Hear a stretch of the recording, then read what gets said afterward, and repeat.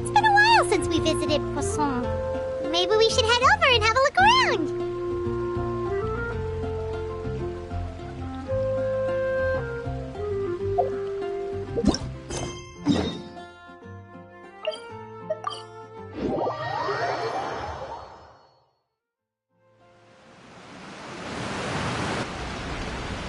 Hey, traveler. Paimon.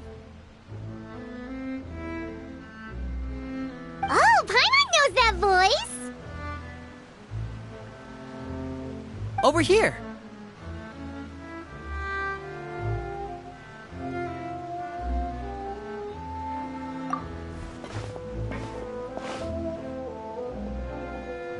To borrow one of the more popular turns of phrase at the moment, this appears to be quite the fated reunion. Running into you two out of the blue like this has really made my day. I certainly wasn't expecting it.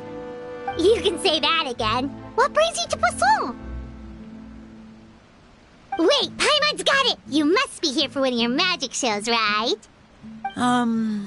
Actually, we've run into a bit of trouble on the home front, so Father arranged for us to stay in Poisson for the time being.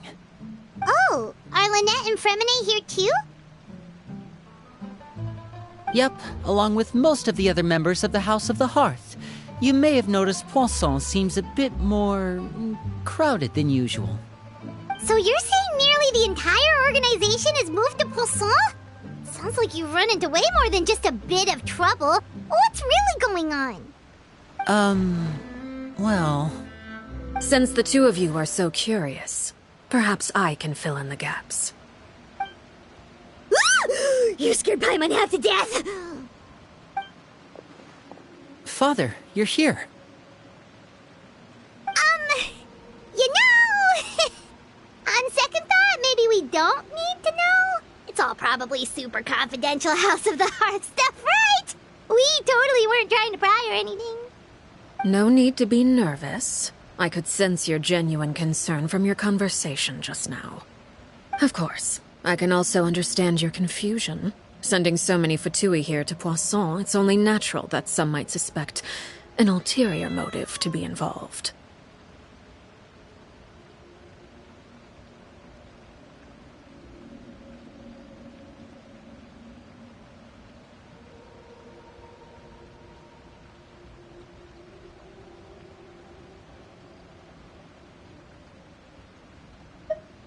I understand. I'm well aware you've had your fair share of confrontations with the Fatui in the past, and I can't exactly guarantee that we'll remain on good terms in the future. As for right now, however, I would say we have little reason to be at odds, wouldn't you agree? The House of the Hearth could stand to be more open with those who have worked so closely with us in the past. As for the issue at hand, well, it hardly relates to any ulterior motive. To be frank, it all stems from a certain rumor circulating around the House of the Hearth. It's an internal matter. What sort of rumor? A rumor that a certain phantom child is hiding away in the House of the Hearth. A phantom child? Ooh, just hearing the name is giving Paimon the creeps. A spirit that should have long ceased to exist is lurking in the shadows of the House of the Hearth. So I decided to bring the children to Poisson before continuing to investigate the situation. I expect I should be able to track down the spirit fairly quickly. After that, it's just a matter of resolving the situation, if you will. It shouldn't be much trouble at all. If you're curious, or if you still have some concerns, it might be advisable to stick around for a few days. I'm sure the children would be exceedingly pleased to welcome some visitors. Lenny, I'll leave you to entertain our guests. I have some matters to attend to. Of course, Father.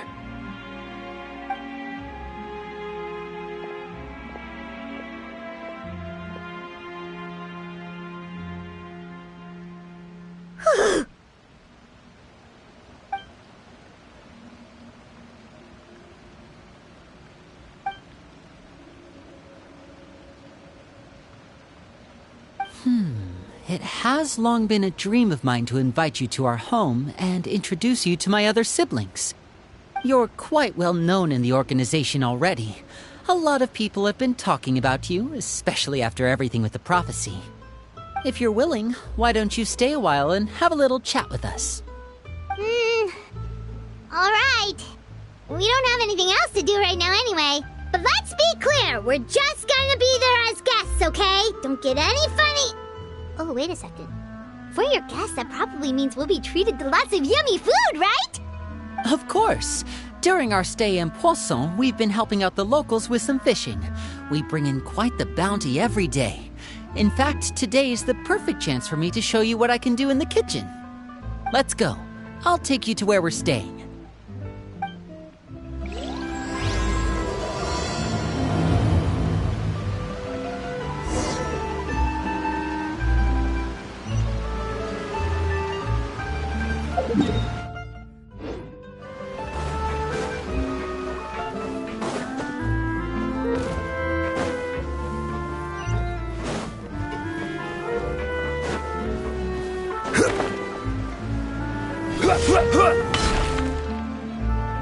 We rented this house from one of the locals to use as a temporary base. I'll come back later and tidy up a bit. After that, it should be all ready for you to stay in tonight. Awesome, thanks! So, where are we off to now? Well, when I happened to run into you two earlier, I was actually in the middle of distributing some supplies. With this many people staying in Poisson, we have to bring in outside supplies every now and then. I should probably make sure the rest of these provisions get delivered. Otherwise, people might start to get antsy. Okay, we'll come with! There are all sorts of rumors about your organization floating around out there. Paimon's not sure if she could even take a wild guess as to what's true and what's not. But now that we finally have the chance to see a day in the life of the house, we can take a good look at how you operate! Well, you're more than welcome to come along. Just follow me.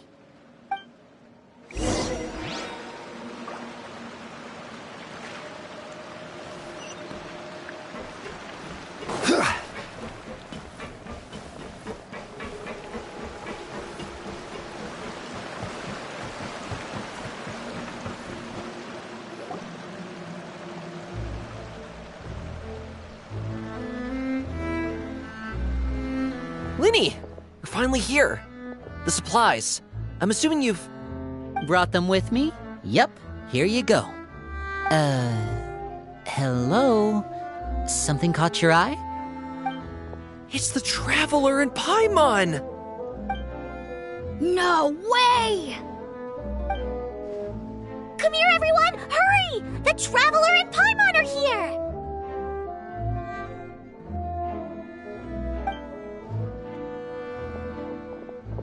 One at a time, please. Don't crowd around them all at once. We don't want to scare off our guests now, do we? Oh, it's all right! Gotta say, Paimon didn't realize we were this famous. Of course! Father and Linny have told us so much about you. Father told us about how you helped Linny. According to her, you're a trustworthy friend. And as far as she's concerned, that's pretty much the highest compliment we've ever heard her give. As you can imagine, everyone's been very curious about you. I heard the Traveler is so strong that she can move a mountain with her bare hands. I heard Paimon eats so much that she can clean out the entire pantry at Hotel Tabor in just 3 days! Wait a second! That's the rumor you heard about Paimon? Oh, not cool at all! Oh, wait! When guests visit, you're supposed to give them gifts and stuff, right? Oh, we don't need something like that. Besides, we don't have anything to give to you! Come on, we insist! I can give you some of my new potions. Just pick your poison. And by that, I mean medicine or actual poison. I've got both. Huh? Or maybe Shaplo can teach you guys about stealth! He's super good at it! He's never been caught. Ah, now that's not a bad idea. I know you usually prefer to fight head-on, but it never hurts to expand your bag of tricks, right? When it comes to eliminating your enemies, staying quiet can go a long way. Trust me, I would know. I was poisoned not too long ago, and I'm still dealing with the after effects.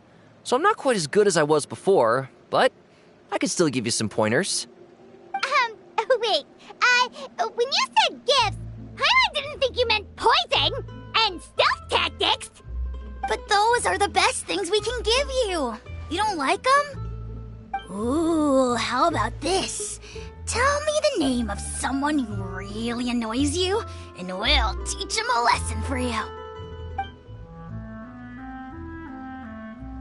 All right, Fold, Selwar. I think that's enough suggestions for now. When it comes to being a good host, it's the thought that counts. You don't need a physical gift to make our guests happy. In fact, pestering them with suggestion after suggestion might make them more annoyed than anything. I would say your enthusiasm has certainly gotten across. Really? Awesome! It's been so long since we've had guests to play with. If there's anything you need, just let us know. Yeah, especially if it's poison or something. I've got all sorts of potions for that. Well, we'll talk to you all later. We've still got supplies to distribute. All right, see you later.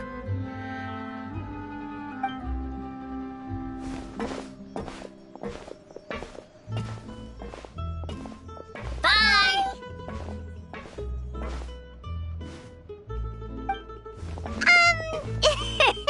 Lenny, about all that poison and stealth tactics talk just now. Scared you, did it? That kind of talk comes with being part of the House of the Hearth. When Foltz was really young, he strangled all of his family pets, just out of curiosity. He was labeled a dangerous problem child and was abandoned by his family. Elwar has an unnatural obsession with potions. Father has forbidden her from trying all the different concoctions she comes up with, but she still tries to test them in secret. You really have to keep an eye on that one. Chaplot is around my age. While I'm mainly responsible for collecting intelligence, he handles surveillance. He's very passionate about his work and has no reservations about taking on some very difficult missions. I know you two probably aren't used to that kind of talk, but I can promise you they only had the best of intentions. Things like stealth tactics and developing different poisons, they really mean a lot to them. They were just trying to share the best of what they could offer, that's all.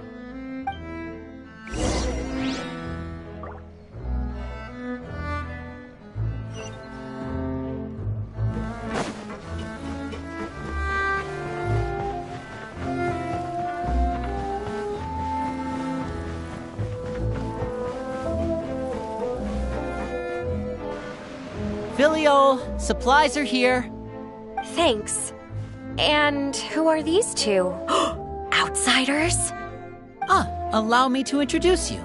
This is the Traveler and Paimon. Oh, you're the famous duo I've been hearing so much about. It's nice to meet you. I heard you've traveled to all sorts of places. Is that true? Of course! We're making our way all across to that! Oh, good for you. You must be pretty familiar with Fontaine by now, then. Have you seen the new opera that started running recently? I think it's called... The 4,000 Thieves? Oh, this is the first we've heard of it. It seems like it's going to be fantastic. From what I've been able to tell from the posters, anyway. You should definitely check it out if you have the time. Oh, and there's The Blind Maiden, too. That one is supposed to have audience interaction. Seems pretty interesting. After this mission is over, I think I'll go get a manicure. Oh, maybe I should dye my hair. Wonder how much it'll cost. Is it just Paimon, or do these two seem much easier to get along with than the others? Looks like the House of the Hearth has some normal members after all. I heard that. Oh! Oops. I'm guessing you're referring to Foltz and the others? Yeah, we're definitely not all like them. I bet those crazies are practically foaming at the mouth right now. I'm sure they just can't wait to get back to Snezhnaya to carry out the plan. That's enough, Filial. Don't talk about family members behind their back, right? Whatever. Let's go. Guess this is goodbye then. If you ever have some time, we should go see the opera together.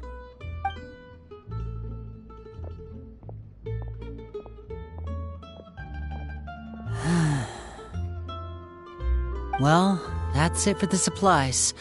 We should probably head back as well.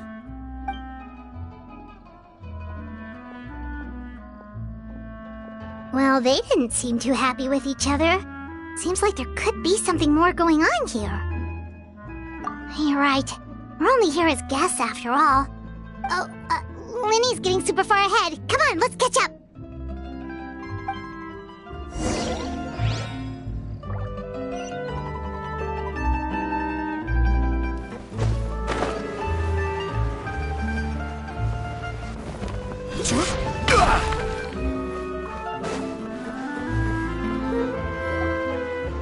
So, what do you think of the members you've met so far?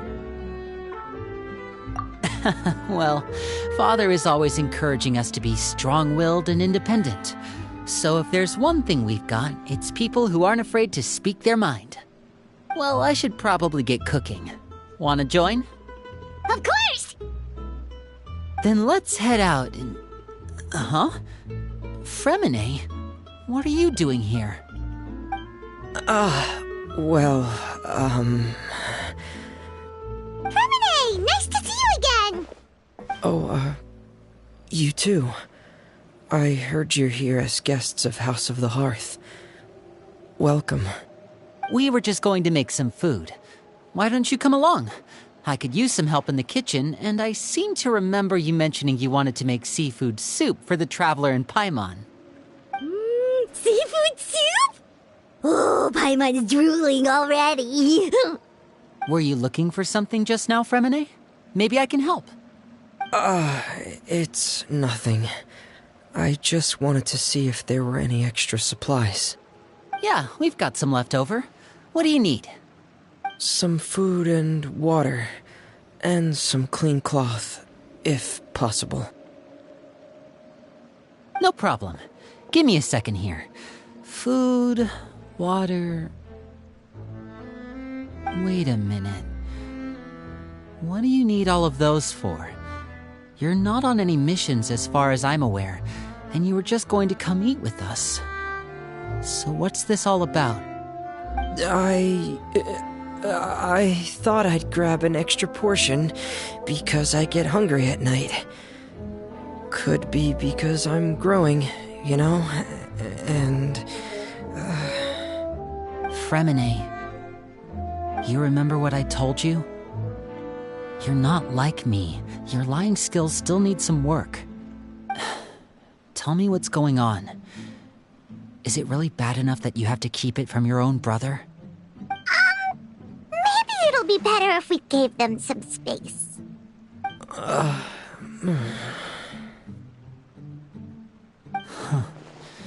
This is the first time I've seen that kind of look on your face. Whatever happened, does it have something to do with Father? Yes. Just follow me.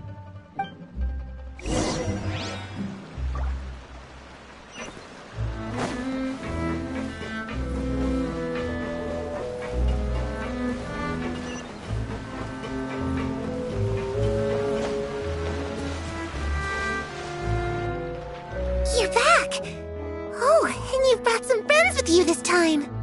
Hello, my name's Linny. I grew up in the House of the Hearth. And you are? Hi, Linny. I'm also a child of the House of the Hearth, just like you. You can call me Clairvy. Clairvy? It's nice to meet you. Does that name ring any bells, Linny? No, not at all. That's not a name we have on our roster, I'm sure of it. What I'm not sure of, though, is how she managed to sneak in. She must be the phantom child Father's been searching for. From the looks of it, I'm guessing you were the one that found her, Fremine. You, haven't told Father, have you? No, I haven't told anyone. I've just been keeping her hidden. For how long? About half a month now. So ever since we got to Poisson, then. Do you have any idea what you're doing? I know what I'm doing. Really? 'Cause from where I'm standing, it looks like you're hiding the very person Father has been trying to find. If Father finds out about this, everyone involved is going to be punished. You know the rules of the house, Fremine. I know you do. Father doesn't tolerate any form of betrayal. So why are you doing this? I've thought it through. And I just can't hand her over like that. Linny, don't you remember last year? Chaplot nearly died after getting poisoned during that one mission. He wasn't able to get back before the poison started taking effect, and not a single person was there to help him. That night, while I was sleeping, I heard a voice telling me to go save him. I opened my eyes, but I couldn't find the source of the voice. I thought maybe I was just hearing things, but I went to look for him anyway. Luckily, I got there with enough time to save his life. That feeling of being haunted, of hearing voices, it's happened many times in the House of the Hearth. I'm sure you've noticed. So what you're saying is, that was her? She was the one who spoke to you that night? Unless there are other spirits roaming around the House of the Hearth, I don't think there's any other possibility. If Clairvy were our enemy, it wouldn't matter whether she was a spirit or an actual child. I would have acted without a second thought, because that's what Father ordered us to do. But she's been living with us, helping us from the shadows all this time. I think that makes her family. I couldn't just hand her over to be dealt with. Not when there's so much we still don't know. So what's your plan then? You can't keep her here forever. Someone is bound to find out eventually. I haven't thought that far yet. I don't want to disobey an order from Father, but I also don't want to put Clairvy in danger. Come with me. There are a couple things I'd like to say to you in private.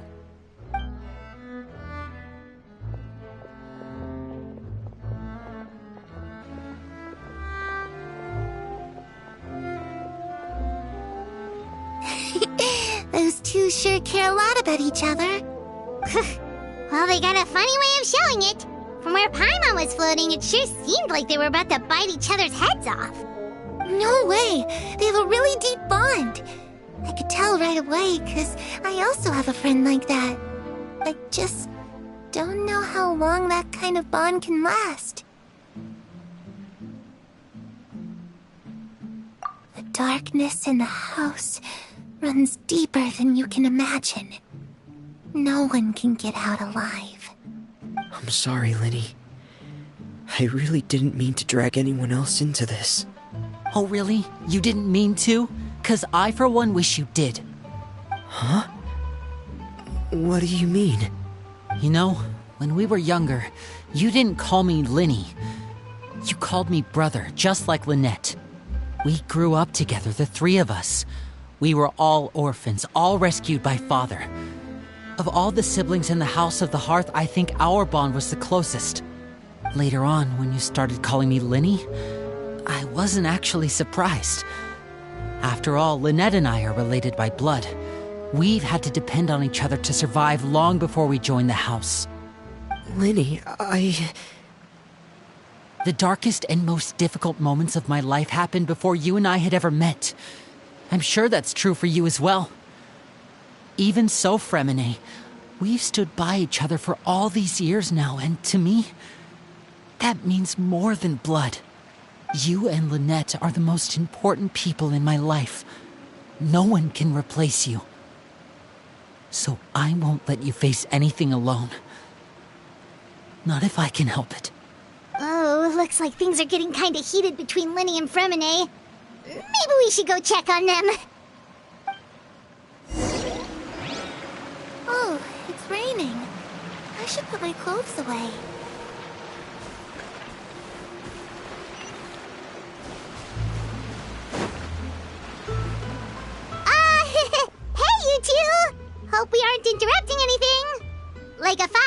Or... Oh, wait a minute, Fremine. You're not crying, are you? Is everything alright? Everything's fine. Thanks for asking. Well, we're all friends here, right? We've been through so much together, so if there's anything we can do to help, just say the word. It's just a small family dispute. It's not something our guests should trouble themselves with. In fact, it might be better if your stay ended here. What are you getting at, Traveler? When guests are around, families are often on their best behavior. And any disputes are less likely to escalate. That's what you're trying to say, isn't it?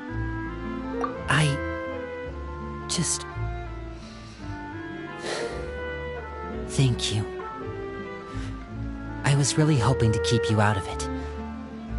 But even if I could think of some other reason to turn you away, I'm not sure I could convince you.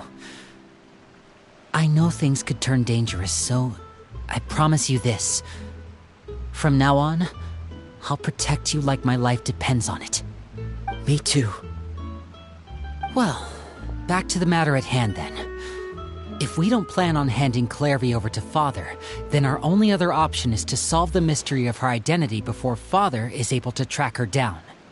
That means finding out where she came from and what she's doing here. Then we can send her on her merry way and pretend like none of this ever happened.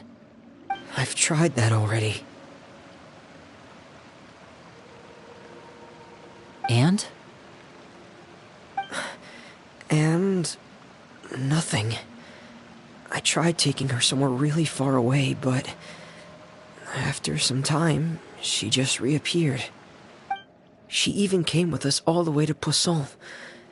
It seems like wherever the house is, she follows. I don't know much about spirits. Do you two have any ideas? Let's see here. Paimon remembers hearing something like, if you fulfill a spirit's last wish before they died, they'll let go of whatever's keeping them here and return to the ley lines.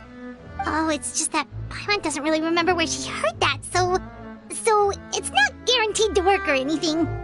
Well, sounds like it's worth a shot. Guess that means we should go ask her about her wish. But first, Fremine, I need you to promise me something. What is it? I need you to promise me that this will stay between the two of us. We're the masterminds behind this whole thing. No one else gets involved. Can you do that for me? Of course. I promise. All right. Then let's seal the promise just like when we were kids. Fist bump on 3. Ready? 1, 2, 3. I swear.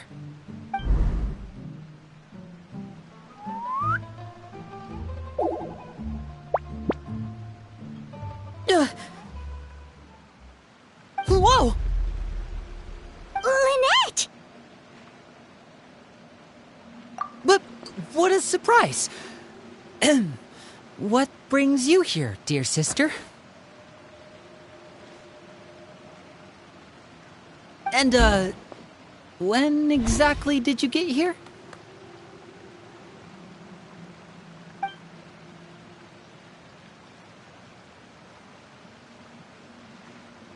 You're an idiot, brother. And you too, Fremine.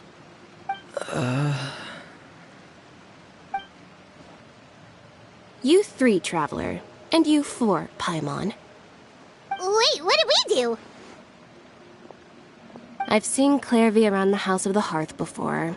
I hadn't seen her in Poisson, so I figured she must not have come with us. But it turns out, you were just hiding her. I heard you talking about your plan. Rather than steering clear of the situation, I'd rather fully join in.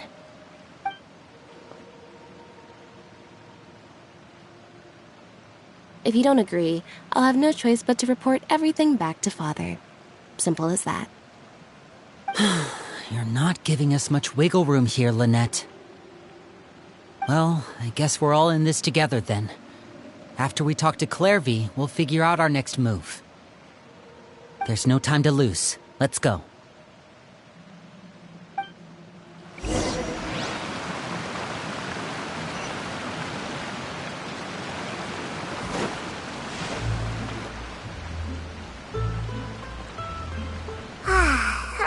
Oh, thank you for bringing me this food, you guys. She said she's full, but the food doesn't look like it's even been touched.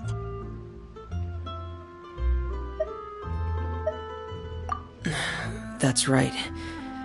Based on what I've been able to observe, it doesn't seem like Clairvy can interact with the physical world at all. Still, when she's presented with food, she'll always linger around it for a good little while.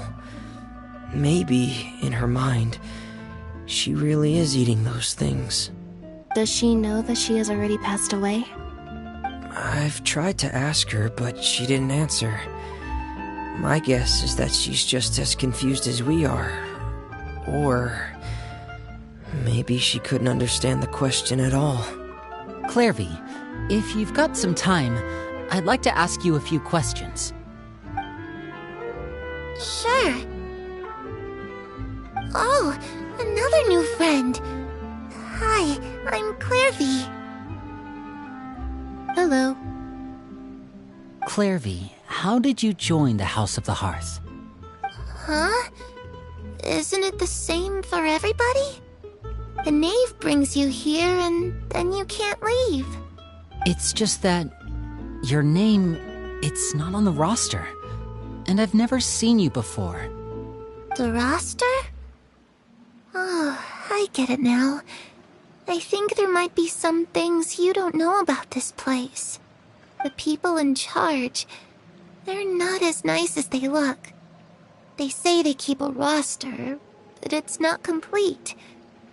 There are a lot of people who aren't on it, and never will be. In this house, some people are family, and other people are just test subjects. Those kinds of people aren't ever going to get a place on the roster, unless it's the roster of people who've been executed. Wait, does that mean the knave... She... Is there anyone that can vouch for you? Perry, she's my best friend. She's the only one I trust in this place. Have either of you heard of that name before? No. Me neither. Clairvy, Perry. Neither of those names are on the roster. But it seems like she's telling the truth. Either that, or this kid's already got a bag of tricks bigger than mine. Maybe we should try a different approach. Clairvy, do you have a wish? A wish? It can be anything you want. Just imagine. It's your birthday, you're blowing out the candles, and your wish is...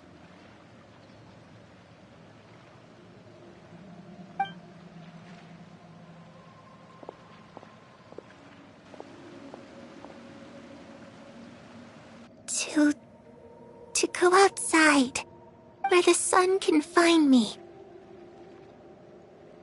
That's... it? Well, that sounds easy enough. The darkness in the house runs deeper than you can imagine. No one can get out alive.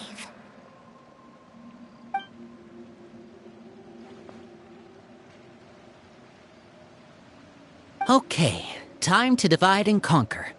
Listen up, I've got a plan. I'll try and find a way to use basic illusory magic to take Clairvy outside and bring her somewhere with sunlight. Lynette, try and find the list of executions that Clairvy was talking about and see if her name is on it. Fremine, you stay in Poisson. We can't be the only ones who've had run-ins with Clairvy. I need you to collect intel on everything she's said and done. Understood.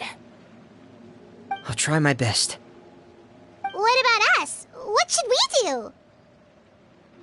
I really appreciate your willingness to help, but this is a family matter. I don't want to drag you in too deep. It's too risky. Let me think. Since Father considers you to be guests, maybe you could stick by her side for a little while. You don't need to do anything except keep up some nice, casual conversation. Ah, Paimon gets it. You want us to distract her.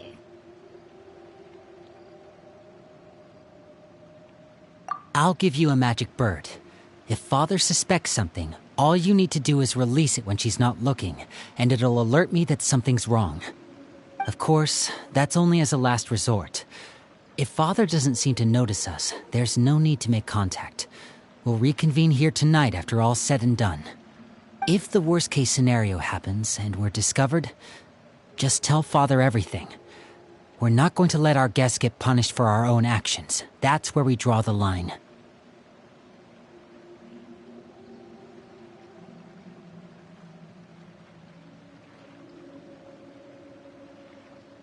You too. Okay, this is where we part. Father should be at the beach nearby.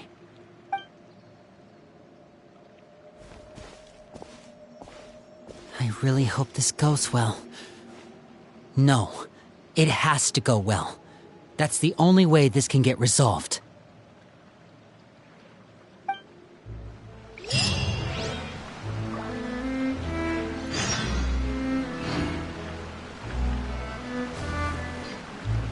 Clairvy, I'd like to take you somewhere. Is that okay with you? Sure. Where are we going?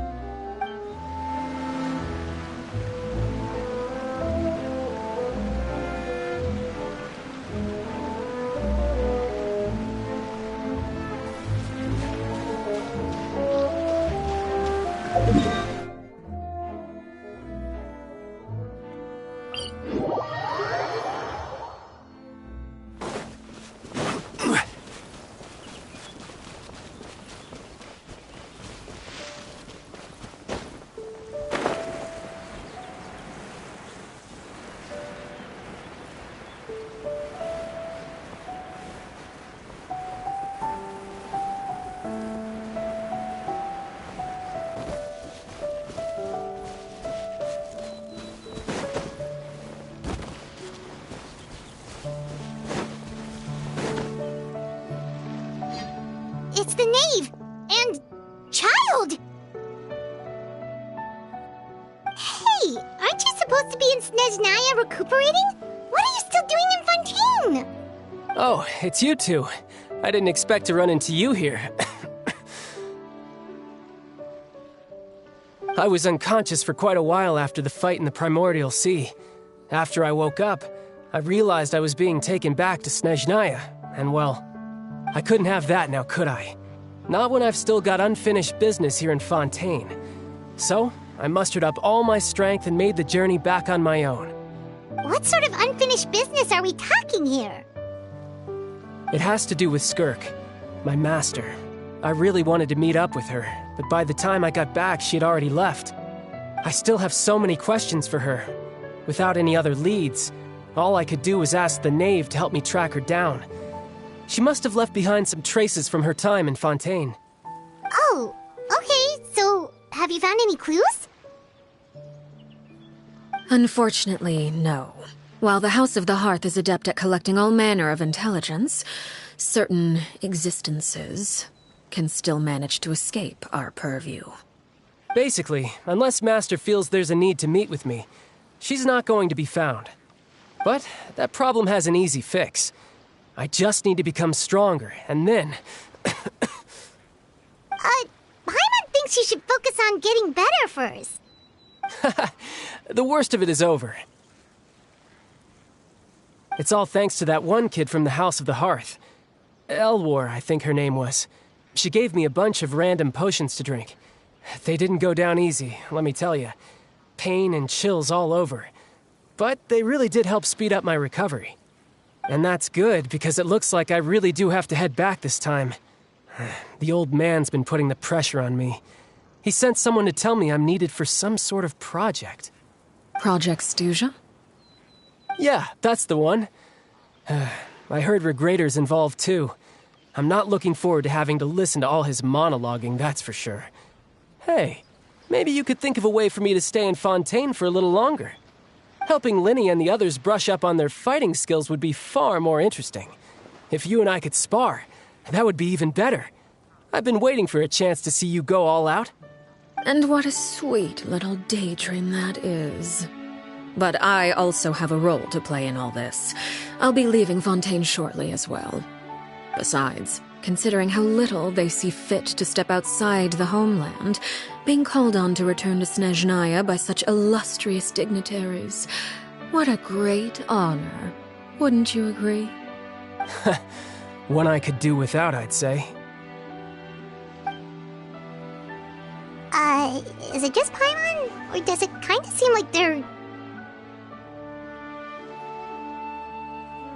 So, dear guests of the House of the Hearth, to what do I owe the visit? Well, we just...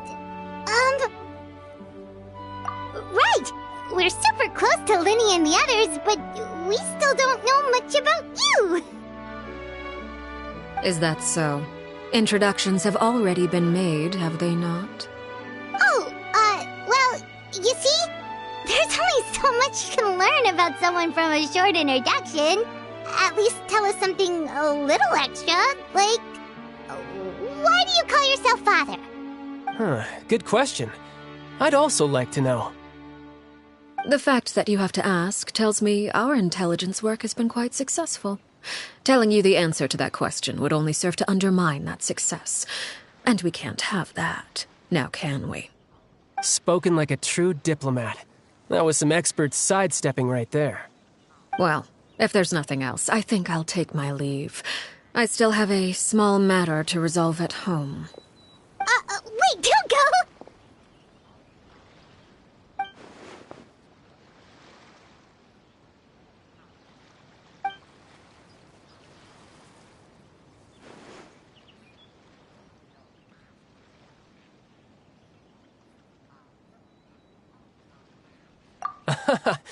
I'd also like to hear the answer to this. I've met some of the members of your organization, and they all seemed like really good kids. They actually reminded me of Tonya and Tusser. Which, by the way, if you ever betray them, I'm just letting you know, I won't let you off easy. And why would I betray them? Well, you've already betrayed the House of the Hearth once, haven't you? At least, that's what I heard.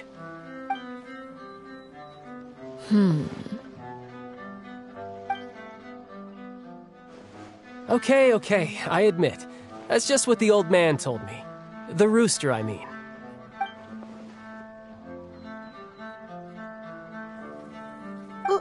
Wait, did you really do something bad to those kids? Never mind what I've done. I'm more curious as to what the mighty rooster had to say. Care to enlighten me? Well, nothing much. Just some stuff about you taking out many other members of the House of the Hearth, and even going so far to attack your own family. I see. Oh, based on your reaction, I'm guessing it's all a bunch of lies. Hardly. I don't appreciate his particular turns of phrase, but I suppose he didn't say anything untrue. Although, it would be more accurate to say that there is a certain level of prejudice involved, but I don't intend to clear that up just yet. Prejudice has a funny way of concealing the real truth behind certain things, an attribute that I find to be quite advantageous. Call yourself a Fontanian, for example, and people will assume all sorts of things, when the real truth is that this is simply the land where I was raised. Huh? You're not actually from Fontaine? But then why did you try to help out with the prophecy and everything? I was trying to protect the children born in Fontaine. Claiming that I myself was a Fontanian simply made it easier to operate. People would hardly suspect a fellow Fontanian of having any ulterior motives. Who wouldn't want to save their homeland after all? The primordial sea wouldn't have any effect on me, but it would have caused great harm to the House of the Hearth. Well, you wanted extra information, didn't you? There you go. I hope that satisfied your curiosity.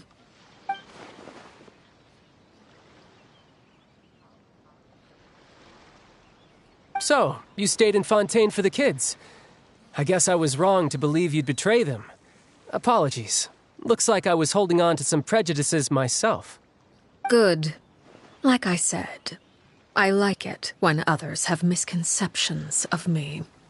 Actually, while I was recuperating at the House of the Hearth, there was something else that really caught my attention. I heard that members always resolve disputes and arguments with a friendly spar, and the loser has to back down. Seems pretty cool if you ask me. Would also give them plenty of opportunities to hone their skills. Well, that's only a recent development. In the past, such spars weren't nearly so friendly. The losing party would lose everything, including their life. They were that high stakes? Whew, at least that's not a thing anymore. Well, the current atmosphere's not half bad. I'm a bit jealous, actually. You've got so many family members around you, and you even get to live with them. Having a lot of family around means dealing with a considerable amount of bickering and scheming.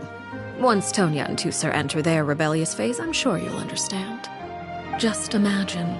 Tusser becomes obsessed with plucking out strands from the rooster's mustache, or Tonya decides to dye her hair 42 different colors. Okay. I get the picture.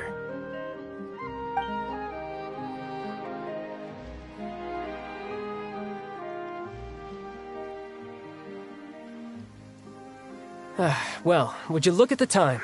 I should probably get going. Traveler, Paimon, I'm not sure where our paths will cross next, but the next time we run into each other, we should definitely try and find some time to spar. Again,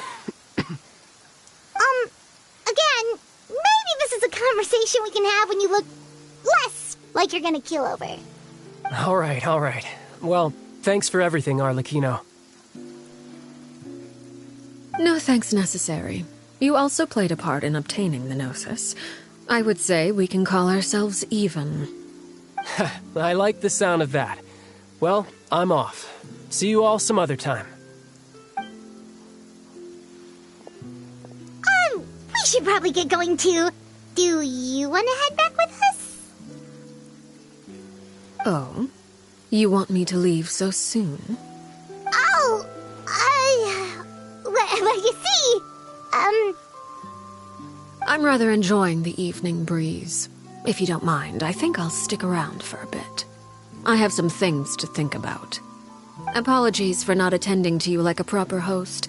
Please forgive this slight. I do hope you'll have a pleasant stay. We managed to keep her distracted until nightfall. Good thing Child was there to keep the conversation going. You don't think she suspected anything, do you? Oh, I wonder if Lynn ran into any issues. Let's hurry back and see how everything went. Oh? You decided to stay a little longer? Let's take in the ocean view together, then.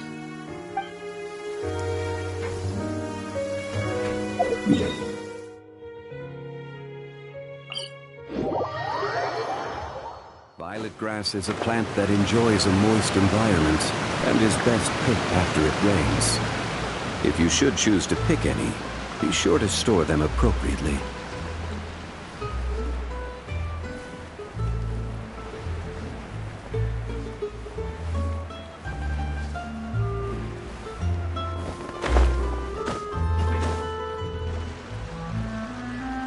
Lenny, how did everything go? Well, long story short, we ran into a small issue.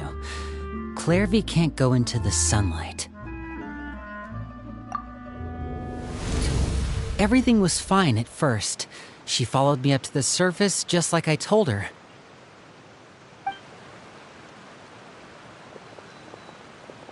But as I led her out of the shadows and into the sunlight, she vanished.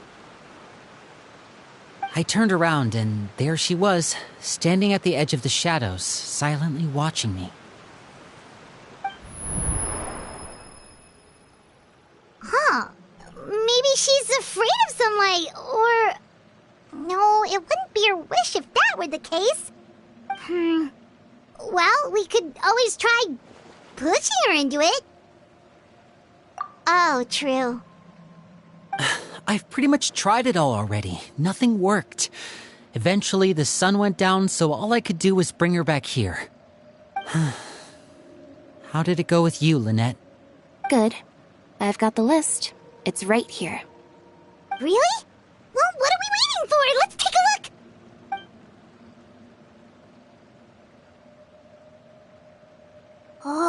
That's a lot of pages. Oh, it's gonna take forever to get through it all. We can each take a section. Here. La Pouillade, L'Endroit, Chambel, Horaire.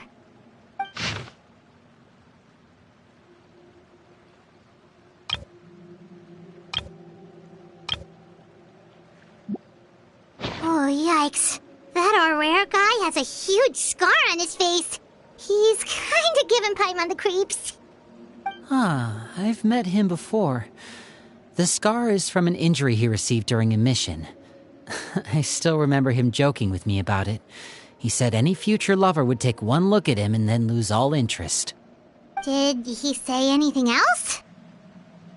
Well, I asked if there was someone he was interested in. He said no, and that's where our conversation ended. It was only later that I learned he really did have someone he liked. He risked everything to escape so he could be with her, but it didn't work. One day, Father asked to see him, and, well, I never saw him again after that. Wait, so that means the knave, she... It may seem cruel, but it's just one of the rules of the house. Betrayal is not to be taken lightly. We know too many secrets to come and go as we please. So, if you do try to leave, you pay with your life.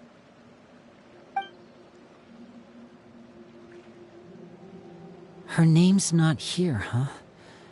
Well, that's not too surprising. It doesn't seem like this list is complete. It only contains records dating back around 5 years. Let's shift our attention then. Fremine, were you able to find anything out? Fremine. Sorry. I was thinking about something. I managed to talk to quite a few people, but I couldn't help but notice that the atmosphere in the house was a little... strange. Strange? Yeah, I mean, I know there have been arguments in the past, times when people haven't gotten along. Chaplot and Filial are a good example of that. Oh, those are two of the people that we met while delivering supplies. Paimon can see how they might not get along. They had very different vibes, and their, interests seem to be pretty different as well. That's to be expected, actually. Father brought us all here, shared her knowledge with us, taught us how to fight. That's one thing we all share. But that's also where the similarities end. Not all of us feel the same desire to stay here. As members of the House of the Hearth, we're also considered part of the Fatui. And to a lot of people, that's an identity they never asked for. Certain members get older and realize they want something else for themselves. But considering the rules of the house, most people would never say that out loud. People like Chaplot and Foltz are loyal to Father and her vision. They're proud to be part of the Fatui. Filial and Nantoy, on the other hand, well, they aren't quite as enthusiastic. These kinds of conflicts have always been there. It's not like Father is in the dark about any of this. Well, that's true. But it just feels like things have gotten worse lately. Filial and the others, it seemed like they were meeting in secret to talk about something. I can't say for sure, but I think they've met Clairvy. You think she's been inciting them to act out? No, not exactly. But I wouldn't be surprised if she said something to them about the darkness in the house and how deep it runs. She's told me about it before. Experiments being run on children. People being used as pawns on the battlefield without so much as the strength to survive. And they just believed all that? Without any evidence? Clairvy's words probably gave them the excuse they were looking for. Whether they actually believe them to be true is secondary. This is all because of Project Stuja, isn't it? Whoa, hold on a second. What's this Project Stuja all about, huh? This is the second time it's come up now. Sorry, but I'm not sure of the details either. I only know what Father has told us, which is that it's something the Rooster and Regrator have been working on together. Apparently, it has to do with the Fatui's strategic plan for the future. Because the House of the Hearth was so successful in obtaining the Gnosis, we now have the honor of playing a key role in Project Stuja. Wait, but isn't that a good thing? Key role is just another way of saying dangerous role. To us, the whole thing is an inconvenience. Father thinks so too, but she's in no position to refuse. Their plan isn't exactly unreasonable, and they've been funneling the house a lot of funding. It's just that we'll lose a lot of members in the process. Participating in the plan, it's an honor in name only. What they're really trying to do is subdue us. The existence of an intelligence organization outside their control makes them feel uneasy.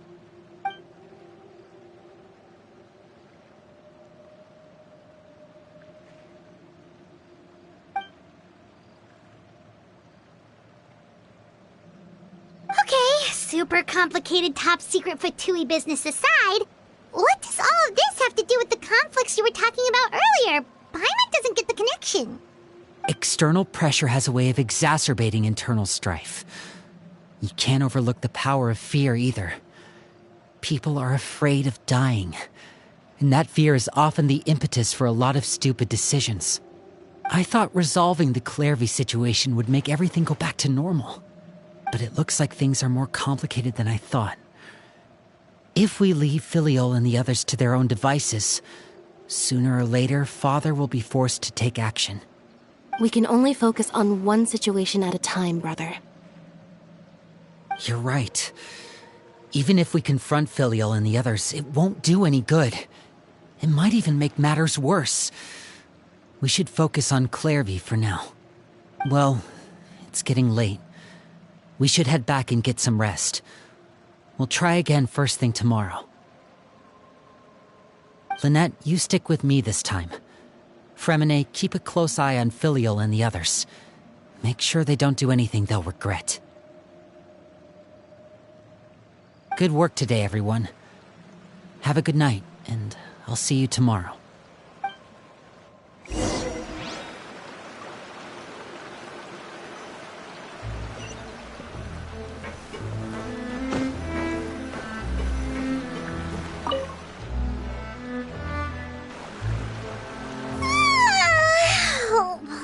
Looking forward to an early night, but she can't sleep at all. Hey, you don't think the knave will be too angry with Linny and everyone if she finds out about all this, do you? She's even scary when she smiles. If she were to actually get angry... Ooh, you have to protect Paimon if that happens, okay, Traveler?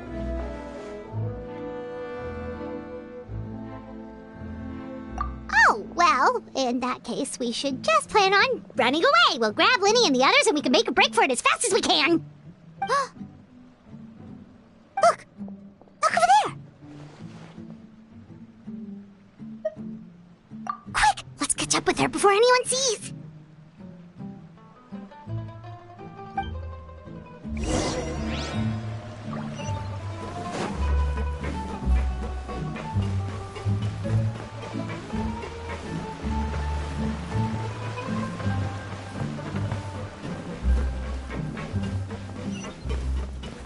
Over there!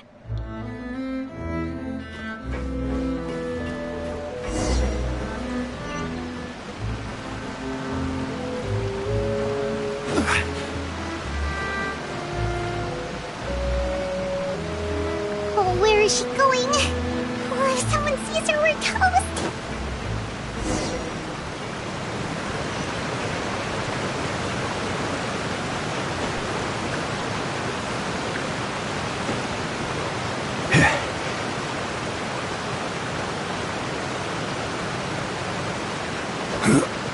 Oh, look! She stopped!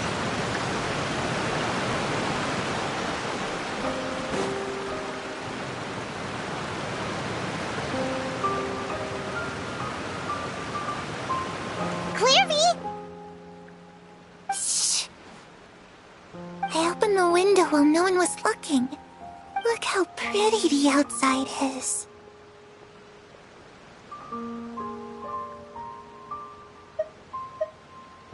If only I could have more than this. You probably think I'm being silly, huh? All this hopeless resisting. It's better to dream of what I could have than try to make it a reality, right? Please, help us get on the same page here, Clary. We need you to tell us what you know. Can you do that? Sure. Although, after you hear all this, I think you might regret that decision. Everyone in this family is nothing more than a tool. Something to be used and exploited. We're all expendable. Including me. As long as you're useful, you get to stick around. Lose your value. You're handed over to the doctor, experimented on, and given a fate worse than death. I've seen it happen again and again, and I've had enough. You're saying the knave did all that? It's just, that doesn't seem like something she would do. She's scary and all, but it seems like even she has lines she wouldn't cross. I knew you wouldn't believe me. Everyone thinks she's a good person. They all think of her like a real mother. Mother? But she doesn't deserve that title. She's disgraced it and tarnished it. And if I had things my way, I'd never see her again. If only Perry were here, she'd understand. Perry. There's that name again. Also, Paimon's getting a strange feeling. It almost feels like she's not really here with us. Paimon can't tell if she's actually talking to us or if she's mistaken us for someone else. Well, in any case, it seems like she really needs someone to talk to. We should keep her company for a little longer. She looks so young. But it seems like she's been through a lot. It's getting windy. I should close the window. Ooh, look at the moon. Isn't it pretty? Hey, wanna hear a secret? I heard that if you look up at the night sky in Snezhnaya, you can see the aurora. It's supposed to be super pretty. Even prettier than the moon tonight. Perry and I promised each other that once we're older, we're gonna go see it together. But I can't find her. I'm worried she's also been... No, that wouldn't happen to her. She's special. Mother likes her a lot. I should really go talk to Mother, but we just fought.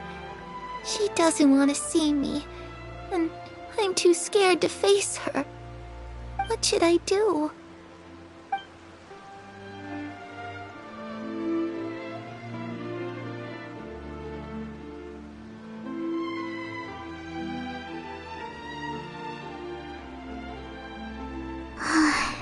Paimon really doesn't understand what's going on with her. Well, let's head back. We've got an early morning tomorrow.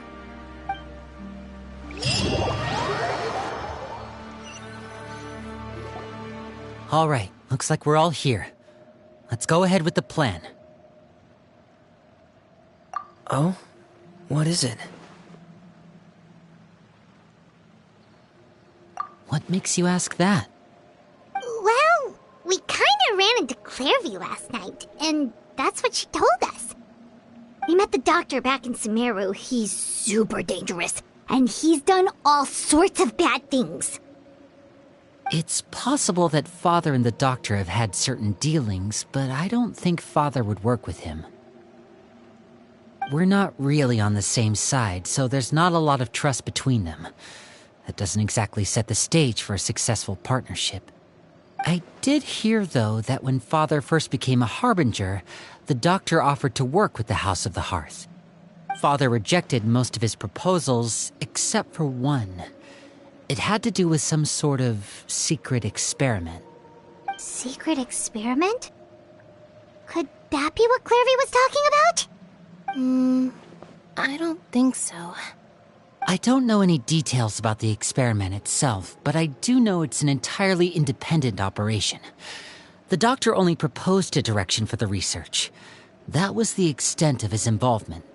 I still don't think that counts as working together.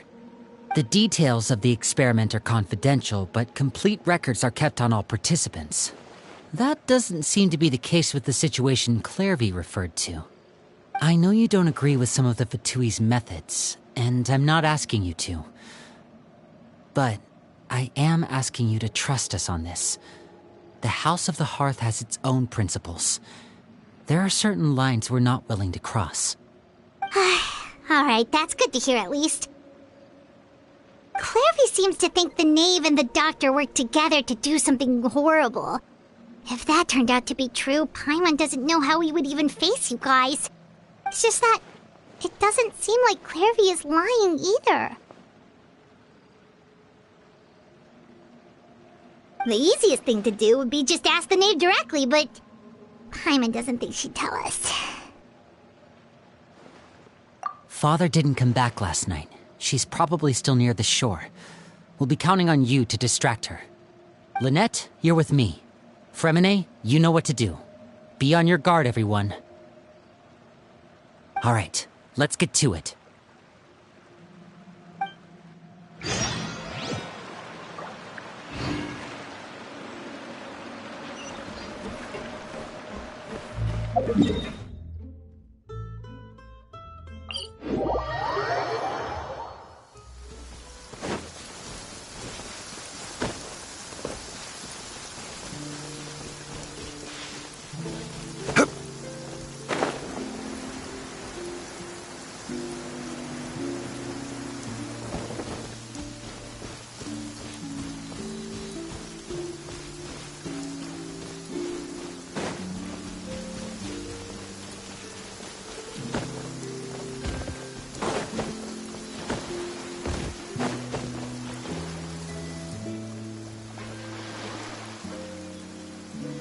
Ah, it's you two again. I must say, you look a bit pale. Did you have trouble sleeping last night? A little. Perhaps if you had less on your mind, you'd be able to absolve yourself of such troubles. So what are you planning to do now? Catch up on some sleep? Or should I give you some time to rack your brain for a topic to discuss before I ask any questions? Although I must profess to being curious. Without child here, how do you plan on distracting me?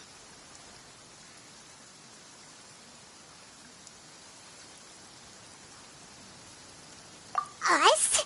Distract you? Good one. But no, we were just here for a chat. Looks like you could have used some extra time to think. No matter. If you don't have any other plans, why don't you accompany me somewhere? Don't worry. I'll be sure to steer clear of any scheming children. The ocean breeze is sure nice today. Children always think they can hide things from the grown-ups. But nothing gets past me. Least of all a little scheming. I think I'll let them have at it for a little longer. I can be very patient. Well, I'll leave you to think things over. If you're so inclined, meet me outside the Palais Mermonia. Good things come to children who do as they're told. So I do hope you decide to tag along. If only for your friends' sakes. What should we do? She clearly knows about everything we've been doing, and Paimon doesn't think it'd be a stretch to say she was threatening us just now.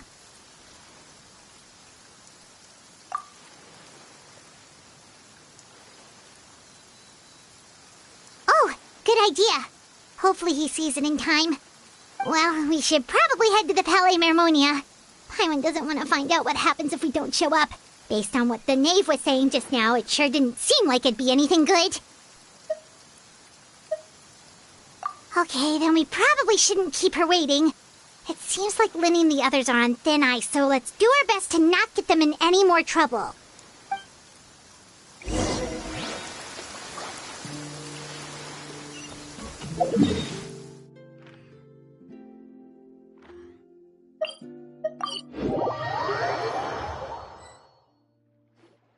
Seeing as we still have some time before my meeting, we might as well enjoy some pleasant conversation while we wait. I'm glad to see you get along with my children.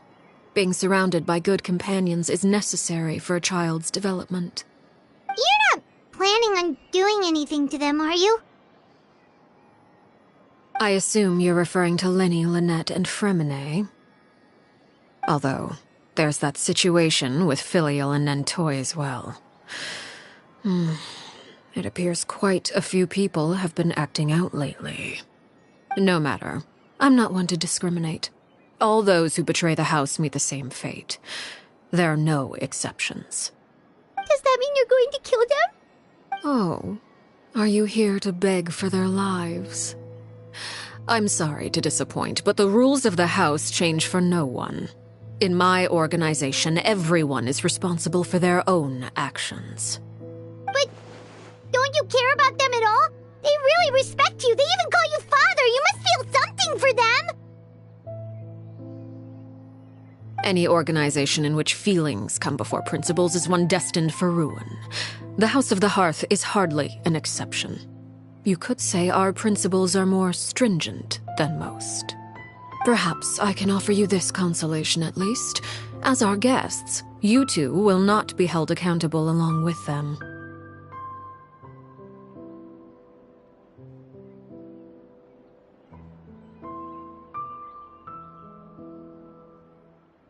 I would imagine Lenny, Lynette, and Fremine will be able to keep their lives.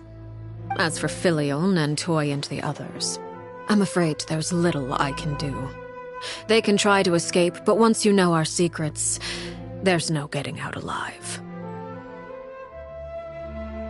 But that's awful. Ah, you seem concerned. Out of consideration for my guests, I suppose I could turn a blind eye for a little longer. If Lenny and the others manage to dispose of Clairvy in the meantime, all evidence of their wrongdoing will be lost. In that case, I could hardly punish them for something I couldn't prove. If their efforts are unsuccessful, on the other hand, all will be held accountable, and the punishment will be severe. Of course. Oh, and here, I believe this belongs to you. Do try and keep better track of it next time. It takes a considerable amount of time to train a bird like this. It would be such a pity if you were to lose it. Permanently. Wait, where did you get that? Well, I'm afraid that's all the time we have to chat. Now, for the matter at hand. I asked you to meet me here because I have business at the Palais Mermonia. It has nothing to do with you, but I think it would be prudent for you to stick by my side for the time being. There will always be time later to run off and tell Lenny what you've learned. Well, time to go. Looks like we wrapped things up just in time.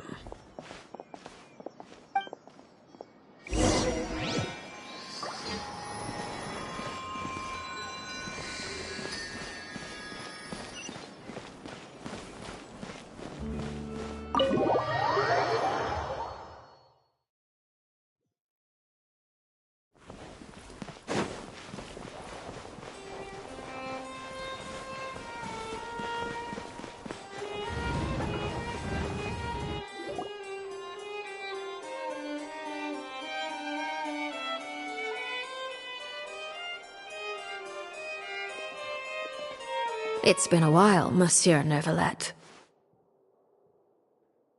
I must say, I wasn't expecting my meeting request to be approved quite so quickly. The Palais Mermonia operates with an efficiency worthy of admiration. It is only right that an esteemed diplomat such as yourself should be afforded the proper level of respect. Although, if I may speak plainly, I must confess that I did not anticipate we would have the occasion to meet again after presenting you with the Gnosis. I see you brought the Traveler and Paimon with you as well. If I may inquire as to the purpose of your visit. I'll be departing Fontaine shortly. There is, however, an outstanding matter that I would like to see resolved before I go. It requires a rather lengthy explanation, I'm afraid. So I took the liberty of explaining everything in this proposal. Please review it at your leisure, Monsieur Neuvillette.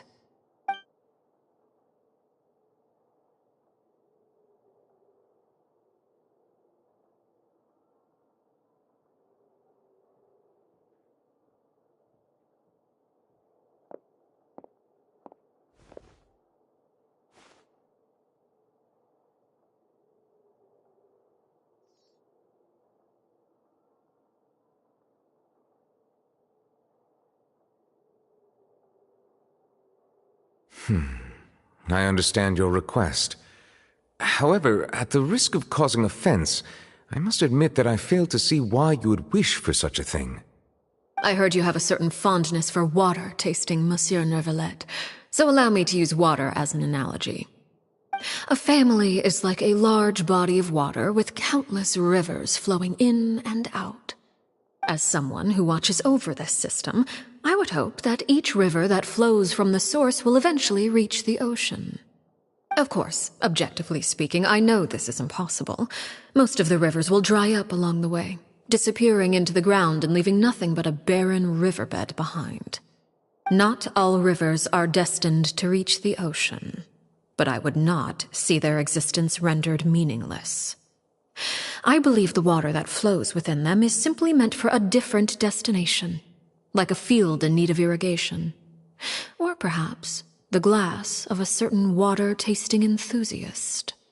Did you get any of that, Traveler? Your words paint an optimistic picture indeed. Allow me to remind you, however, few among us are willing to sip from a glass filled with tainted water.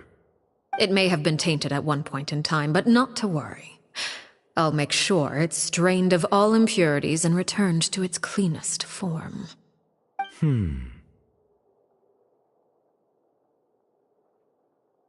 I seem to recall there being a transactional aspect to your proposal. Perhaps you could expound on that? If you accept my proposal, Monsieur Neuvillette, I will gradually withdraw my forces from Fontaine. And, unless absolutely necessary, I will no longer carry out any special missions within Fontaine. I presume I can take your words to mean that, in the future, cases similar to the Tartuffe assassination will cease to cross my desk? Tartuffe? Ah, that thief who embezzled funds from all those charities, you mean? My deepest condolences to his family, but without any evidence, I cannot imagine how the House of the Hearth might have been involved in his passing. Of course, if you accept my proposal, Monsieur Neuvillette, I'm sure certain measures could be taken to reduce the frequency of such troubles. You choose your words carefully indeed. In that case, I am inclined to accept your proposal. My thanks for your generosity, Monsieur Neuvillette. Well, with that settled, we should be going now. I took the liberty of bringing along 2 bottles of spring water from Snezhnaya for you to enjoy. I do hope I get the chance to hear your impressions. Perhaps at our next meeting, yes? Indeed. I trust you would not overlook your commitment in the meantime. All right, Traveler Paimon. Time to go.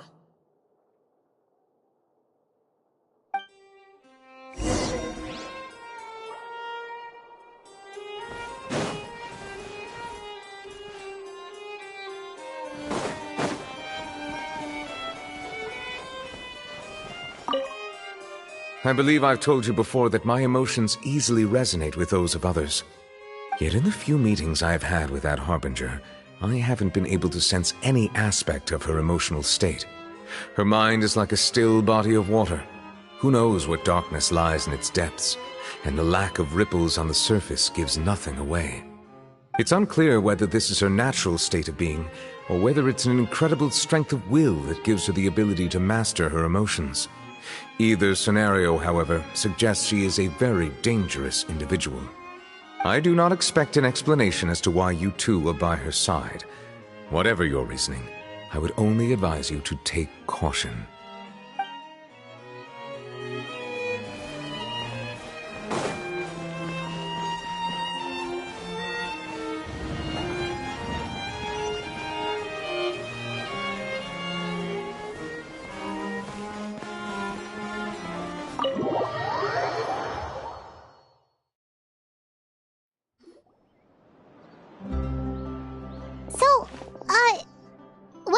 exactly were you talking about back there? Paimon only heard you mention some rivers, a large body of water, and then some kind of irrigation scheme. You really want to know? I would imagine there might be more pressing concerns at the moment.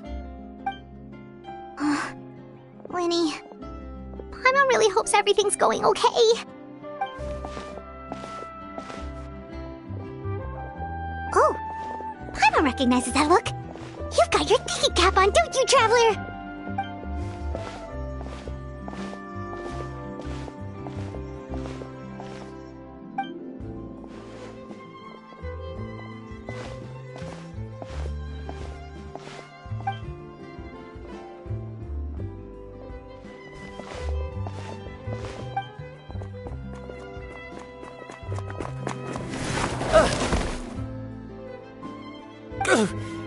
Oh, shoot. Are you alright? Oh, jeez. I'm so sorry. I was so focused on selling these papers, I wasn't looking where I was going.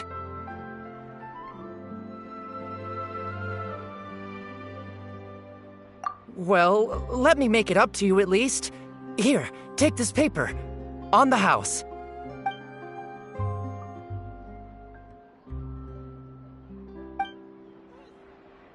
Oh, you don't have to give us anything. Please, I want to. It's not like I'm short on supply. All the extras will be useless come tomorrow anyway. It's my fault, really. I was just trying to bring home some extra mora for the family, but I bit off more than I can chew. I haven't had many takers today, so I'm still swimming in papers. What's going on here? Nothing much.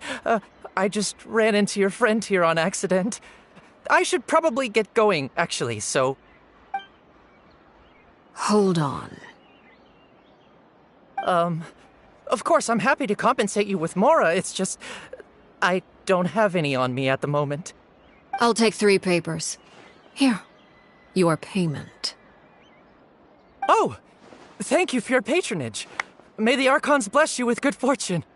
If only I had the chance to run into such generous customers every day. I should probably just take on a smaller inventory though, right? I'm getting married soon, so sometimes it's hard to not get ahead of myself. Anyway, I should head out. Goodbye! Well, now that my affairs are settled, we should take the boat back to Poisson. We've even acquired some light reading to enjoy along the way. Actually, why don't we stick around for a little longer? Paimon just realized how hungry she is. She can't head back to Poisson on an empty stomach.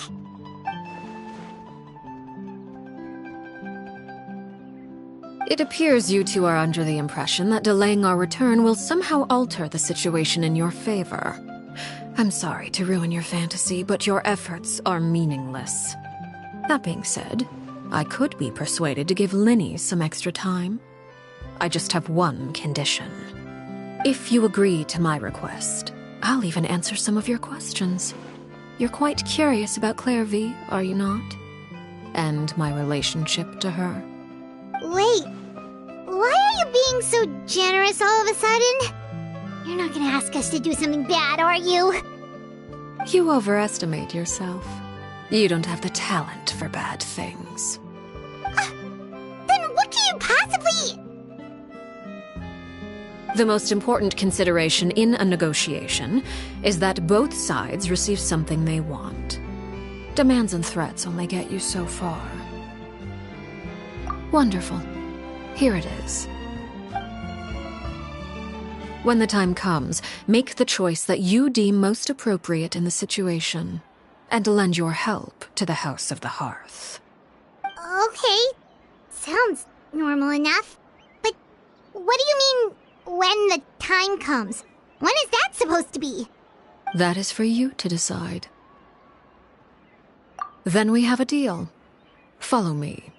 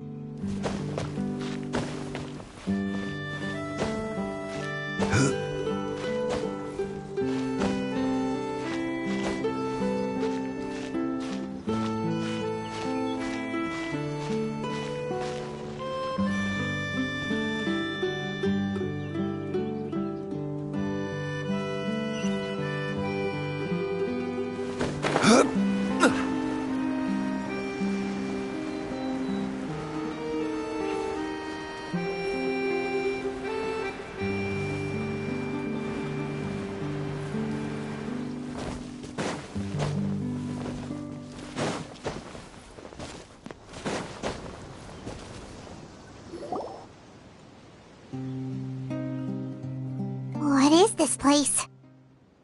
Somewhere long forgotten by everyone. It used to be a grand building. Now it's nothing more than a pile of rubble. No one comes here anymore, nor does anyone care about what once happened here.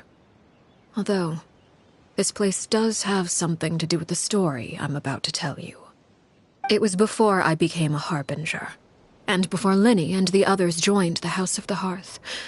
Due to certain events, I first killed Clairvy and then her mother. And this is where it all happened. You were the one that killed Clairvy? Patience now. Allow me to explain Clairvy's side of the story first. I'll start from the beginning. Clairvy was 6 years old when she was brought by her mother, Crucibina, to live in the House of the Hearth. From the outside, it seemed like a fairy tale. A thriving family made up of kind adults and friendly children. Crucibina was the knave at that time, and the House of the Hearth was under her control. She was Clairvy's mother by blood, but she was also the mother to all the children in the house. Clairvy was happy here, for a time. But she quickly realized that being part of this family wasn't a fairy tale at all. It was a kind of purgatory. Purgatory? Exactly. The House of the Hearth takes in war orphans from all over Tevat. But as for how to raise them, that depends entirely on the person in charge. Crucibina came up with a novel idea. She would teach the children to fight, force them to duel each other, and then crown as the king of the house the child who proved themselves most worthy of inheriting her title. It's difficult to estimate the number of children who died or were maimed in the process. There's little I can say about the ones who died.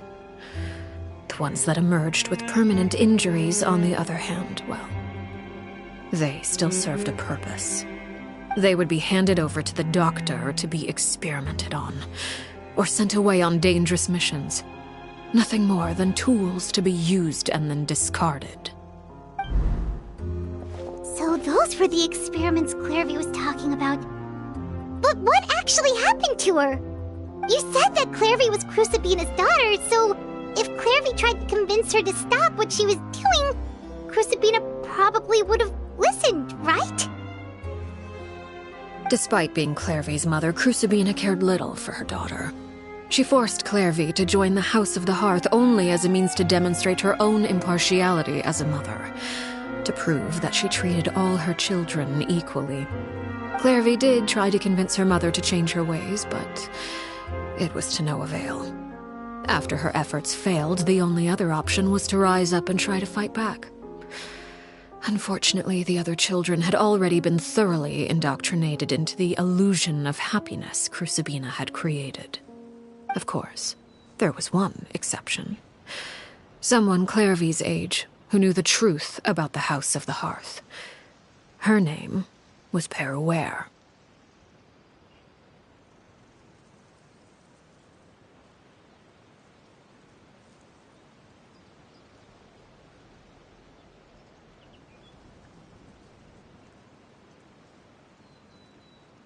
Wait, the friend that Clairvy mentioned?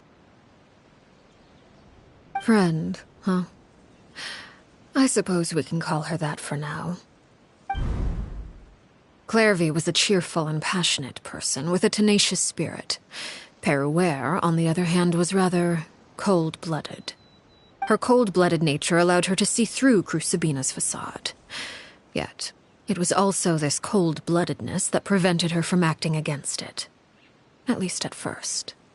While Clairvy longed for freedom, Peruere was convinced that, amid all the fighting and violence, she would make it until the end. Despite their differences, the two became fast friends, united by their knowledge of the truth.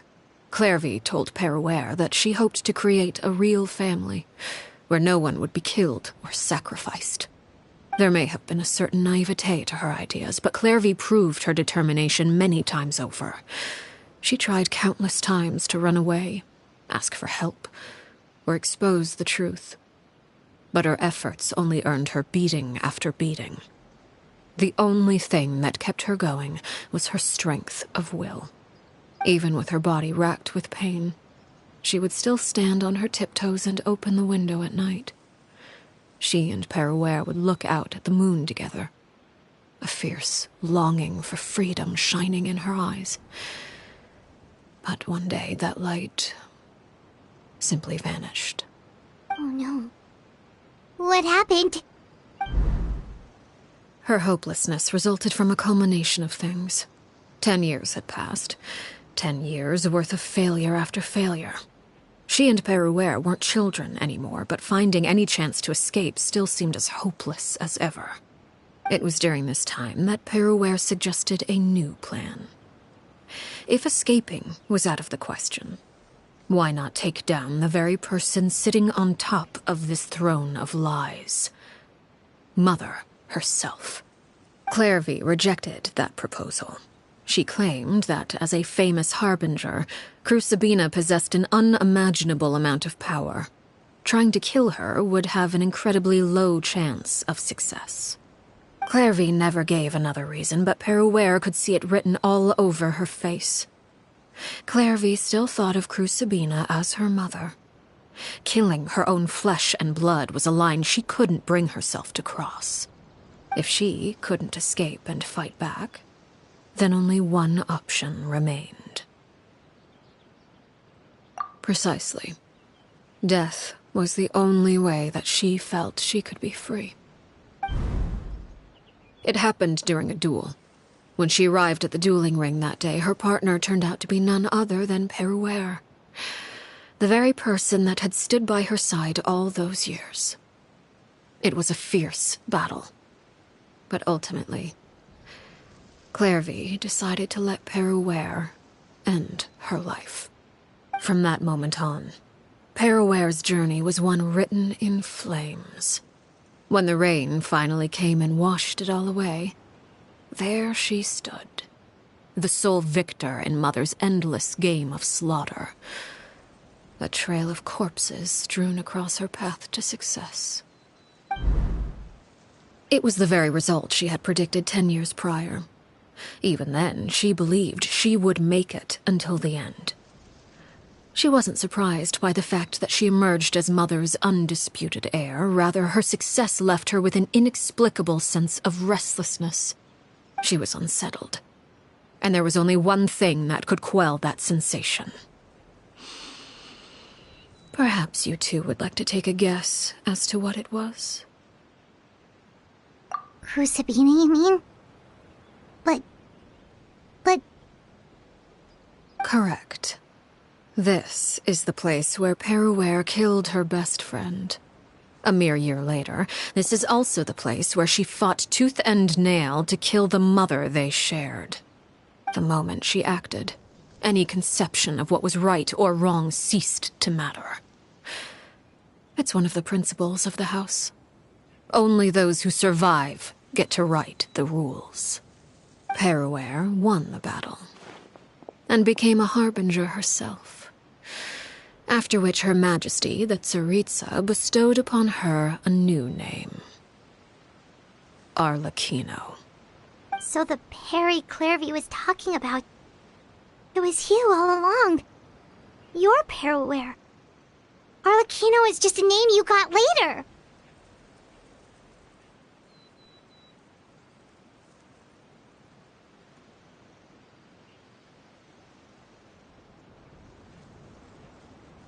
I left that name behind long ago. I must say, hearing it now does bring back memories. After I defeated Crucibina, the moniker of Mother died with her. I chose to forego the title she called herself, and even chose to give up my own name. I rebuilt the House of the Hearth under a new identity. Not only as Arlecchino, but as father. And that is where the story ends. Any more questions? Yeah. Based on what you just told us, Clairvy wasn't a little kid when she was killed. So the Clairvy we met Was she really a spirit at all? I suppose you could call her an illusion born of flame. Her existence is like ashes to a fire. Something left over in the wake of blaze and ruin.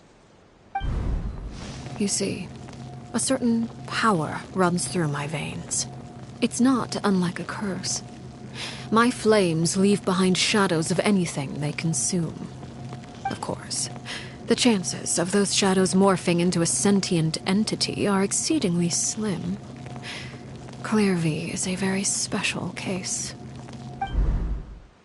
Clairvy died when she was 16 years old, but what emerged from the flames was her 6-year-old self. Her appearance wasn't the only thing affected. Most of her memories were lost to the blaze as well. Memory is a mysterious thing indeed. Losing a portion of your memories will alter your sense of self. Lose 10 years' worth, however, and it would be like living in the past. Like returning to a version of yourself that never grew up. No wonder Paimon got such a weird feeling when we were talking to her. Perhaps I should put it this way. Clairvy is someone trapped in time. It may seem like she exists with us in the present, but she truly lives in the confines of her own past. So if all of that is true, then you must have known about Clairvy for a long time. Indeed. She's a rather volatile and unstable entity. Sometimes she would look after the children. She's even saved some of their lives. But other times, she would hide from me and become obsessed with revealing the truth about the house to anyone who will listen. Shadows don't have the capacity to learn or grow. Any new information they encounter is quickly forgotten over time. Your attempts to expose Clairvy to sunlight, they failed, yes? The reason is actually quite simple.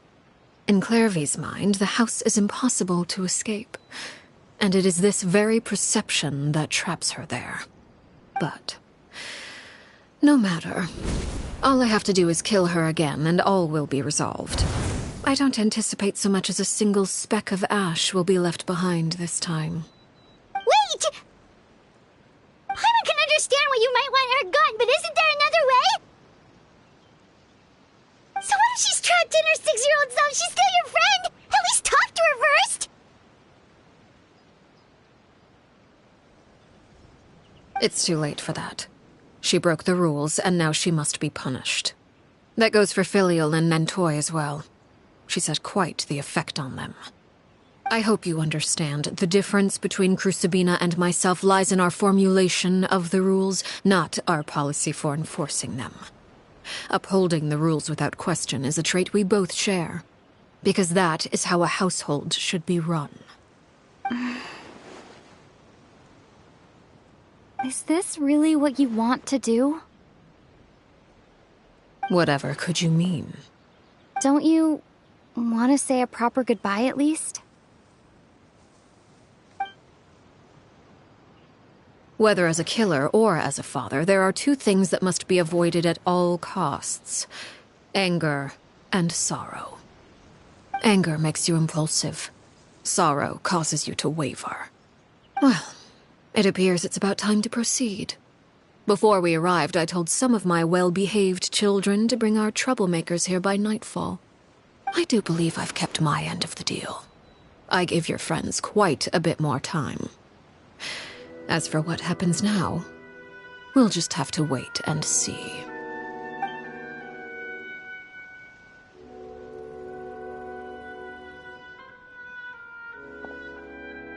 Here they are, Father. You gonna execute him? Seeing something like that would actually be a first for me. Lenny! I'm sorry. I heard about how you helped buy us more time. But I still failed. I couldn't find a way to fulfill her wish. Huh? Are you... Perry? Indeed, it's been a while, Clairvy. Perry! Shh, stay right there. I'm sorry to postpone our reunion, but first I believe certain scores need settling.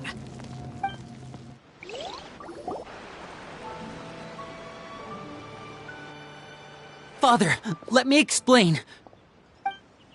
Out of my way. Father! You chose to conceal a threat to the house. And for that, you must be punished. Overall, however, I suppose your wrongdoing is hardly the most egregious of the bunch, so I'll deal with your punishments later. As for right now, the more pressing concerns are the traitors among us. By traitors? Do you mean us? Father, let me explain. We didn't mean to... Fultz, why don't you share what you heard? Yes, Father. Secret Midnight Meeting number 3. Participants, Filial, Nantoi, Sato, Toddy. Nantoi clearly said, if only Father wasn't the one who took us in. Sato added, I'm sick of this life. I just want to live as a normal person. Filial was the worst of them all. She called us crazies and said a bunch of mean things about Father. I did not! You're lying! Fultz is trying to frame us. It's not like I'm the only one who heard those things. After that, you and Toddy and a bunch of other people started talking about Clairvy. You were using all those things Clairvy brought up as an excuse to question Father. We're birds locked in a cage. The only way out is to destroy it. That's what you said, wasn't it? You little... You just want me gone, don't you? What did I ever do to you, huh? And you, Sheplo, have you forgotten who stood by your sickbed, watched over you, and changed your dressings? Come on, let's hear it then. What's your reason for all this?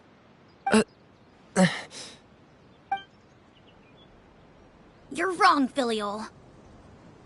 We don't want you to die. You're our family.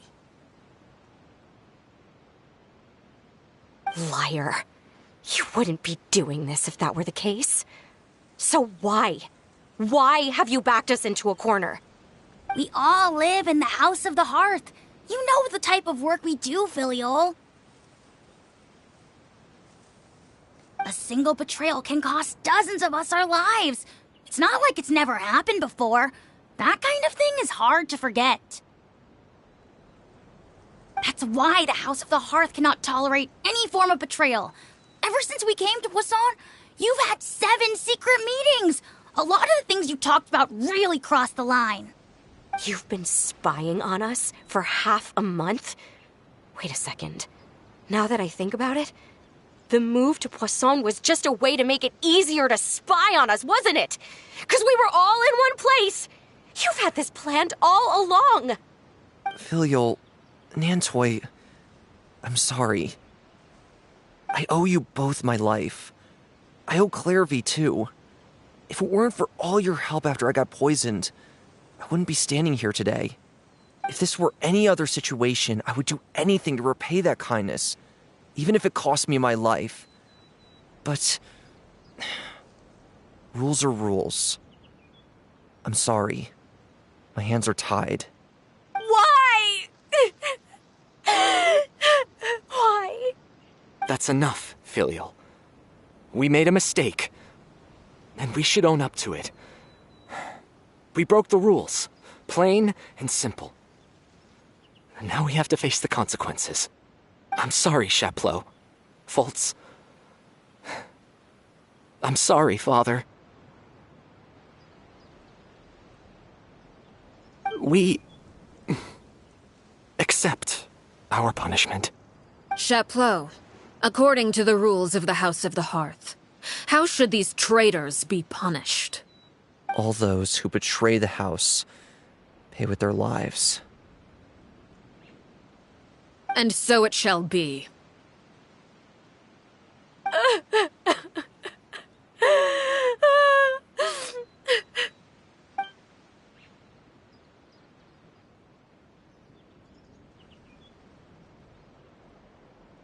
Father, please wait! Something you want to say, Linny? Please reconsider, Father. What Filial and the others did, does it really count as betrayal? We all come from broken families. From the very first day we joined the House of the Hearth, we wanted nothing more than to make it a real home. But the truth is, none of us know what a real home should look like. I'm not saying I have all the answers. All I know is this. Killing Filial and the others may uphold the rules, but doing so will only bring us further away from being a real family than we've ever been. So please, Father, please reconsider. I agree with Linny. Father, please. Linny, you...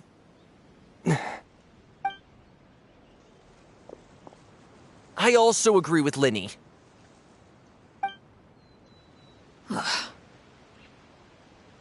An order once given cannot be rescinded. However, given the extent of your determination, I suppose we shall have to go about this a different way. Draw your weapons and face me. Our weapons? Father, are you referring to a duel? Precisely. The rules of the house will not be altered. Traitors must be punished. However, resolving disputes with a duel is also one of our rules, one that also applies to me. Demonstrate a sufficient showing of strength, and I shall offer a concession. Wait. Beat Father in a duel? Impossible. Father is way too strong, even for Linny.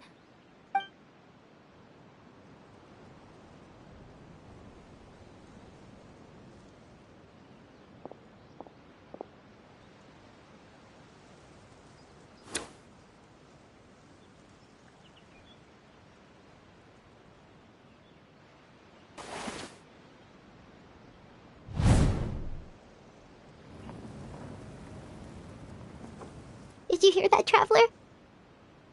Lenny and the others have to duel the knave. What should we do? Can they really win something like that? If they lose, those people from the house are really gonna be executed. Hey, are you listening?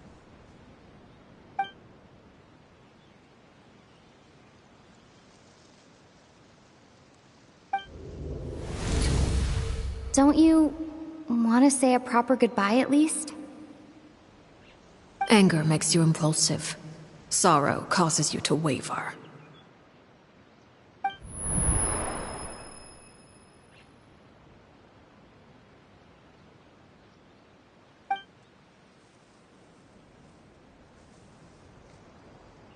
Oh, looking at that expression on her face, she seems really serious about this. Guess that means there's no chance she's throwing the duel on purpose, huh?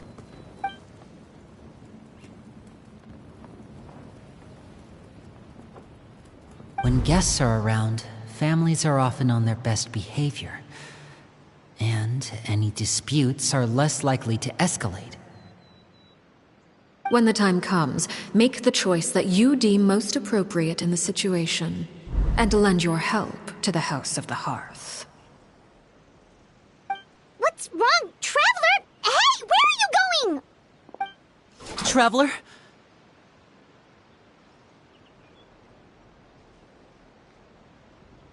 You're asking to join the duel against the knave? I'll allow it. We do have a ready-made dueling ring at our disposal, after all. All I would advise is this. Keep a firm grasp on your weapon, and give it your all. Any less, and you may just lose your life.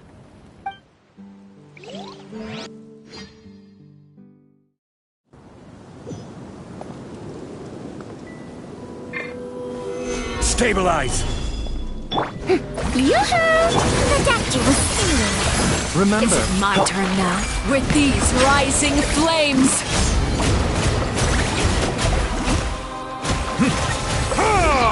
Now's our chance! Now that's more like it.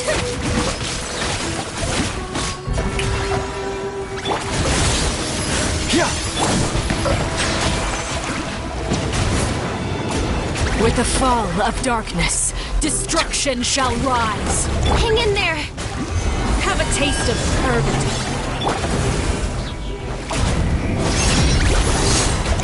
Time to shine! Seems like an emergency.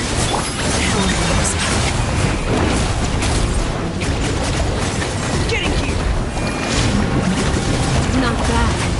You've proven to be a worthy opponent after all.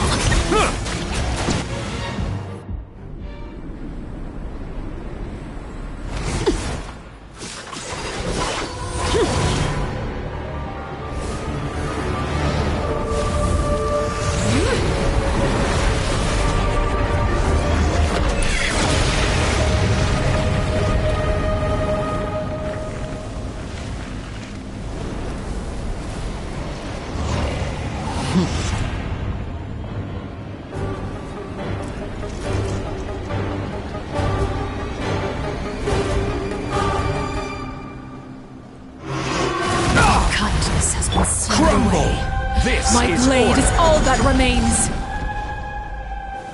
Gather! Shower me with praise! Mine. Now's our chance. Over here!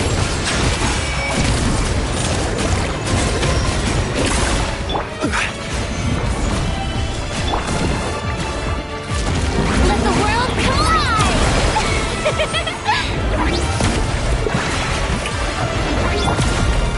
Watch out for Father's movements! Look out!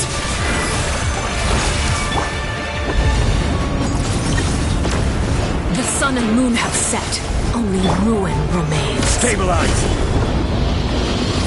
All hope has been extinguished. Silence! Now's our chance! Over here! Sundown is only the beginning.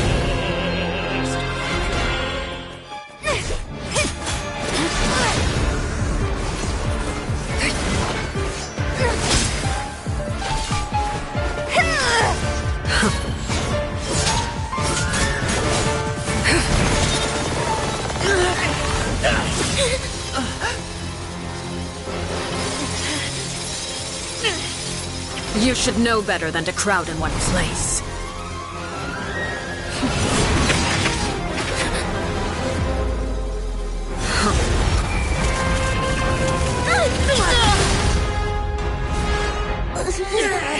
Oh, I know.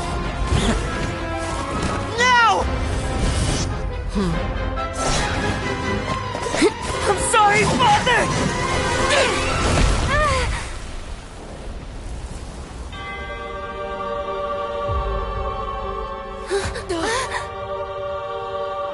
Sorry for what? This pitiful excuse for an attack.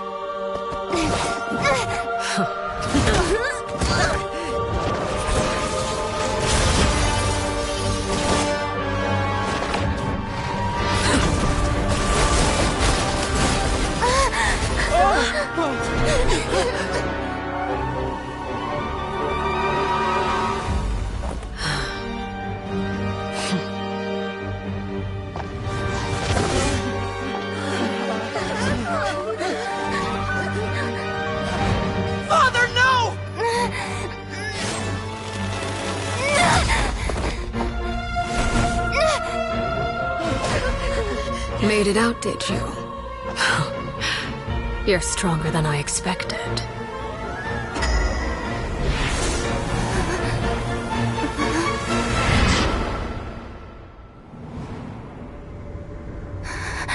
A crimson moon. I can't move.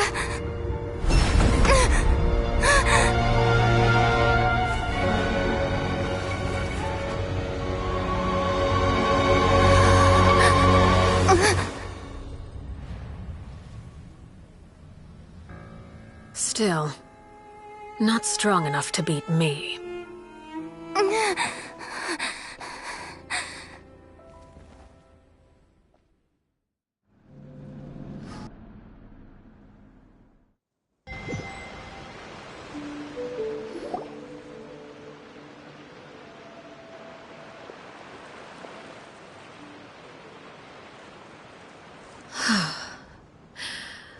I believe we can end things here. It's not often that we get to enjoy the company of guests, after all. We wouldn't want things to get too out of hand. Brother, are you all right? Lenny. Given that I am the victor of this duel, as agreed, the punishment stands. No! I never thought things would end like this. However, everyone involved in the duel demonstrated a remarkable level of strength and determination. In light of this, I'm prepared to change the method of execution. Elwar, the bottled flames I gave you for safekeeping. Do you still have them? Yes? I wasn't sure what they were for, but I've kept them super safe. I didn't lose a single one. Wonderful. Then, in just a moment, I'll have you administer them. Bottled flames? Indeed. They're the product of a secret experiment. Under certain special circumstances, flames can be extracted from my person and preserved. Once ingested, searing pain will spread across every inch of your body.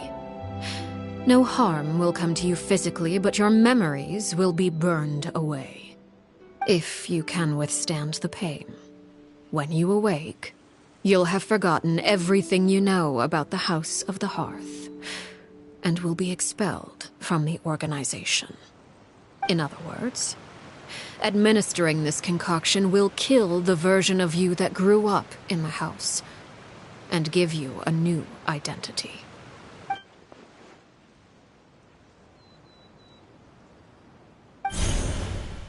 Memory is a mysterious thing indeed. Losing a portion of your memories will alter your sense of self.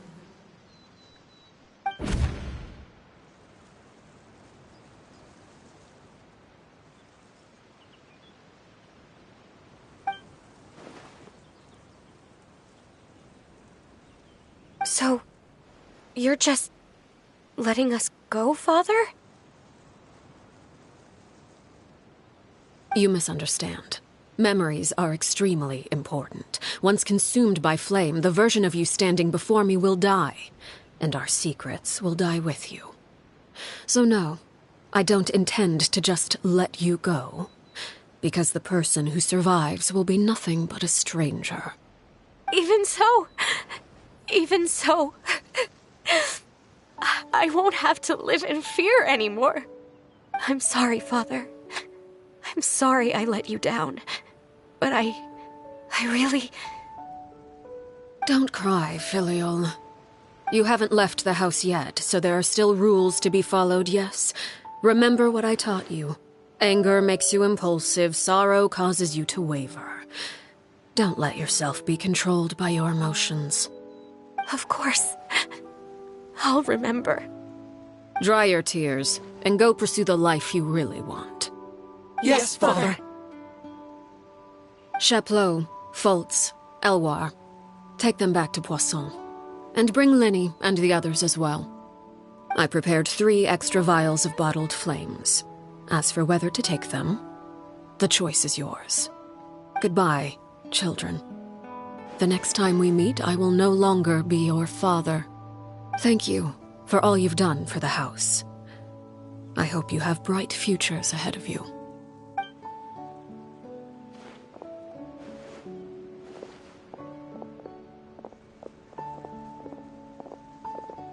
Father.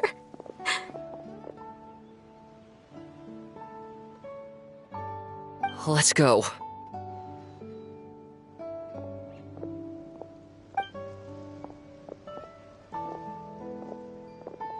Here, grab my arm, Lenny. I'll help you walk back. Thank you.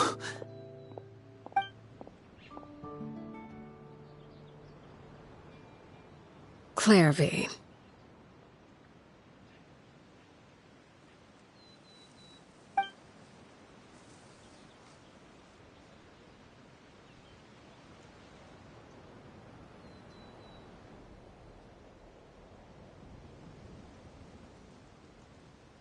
Can we talk now?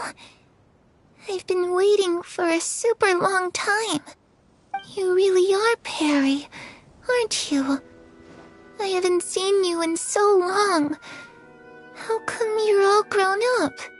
Wait, did I somehow travel to the future on accident? Or am I dreaming?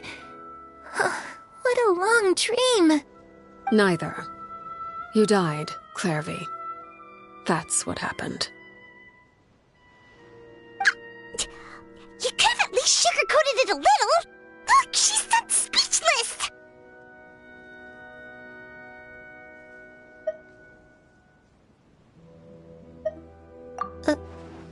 Oh. Okay then. Huh? That's it? You accepted it just like that? Yep. If that's what Perry says happened, then I believe her. Perry wouldn't lie to me. Plus, I don't really need to know why I'm like this. I'm more curious about what happens in the future. If you're a harbinger now, Perry, that means Mother is gone, isn't she? Can you tell me about it? I want to know what happened to her. And to me. You never stopped trying to defy fate. At first, no one believed you. You could only vent your frustrations to the moon. In fact, you often sought comfort in the night sky. You wanted to see the aurora, so one night we promised each other we would go to Snezhnaya to see it together. Later on, you tried to run away, but you were brought back each time.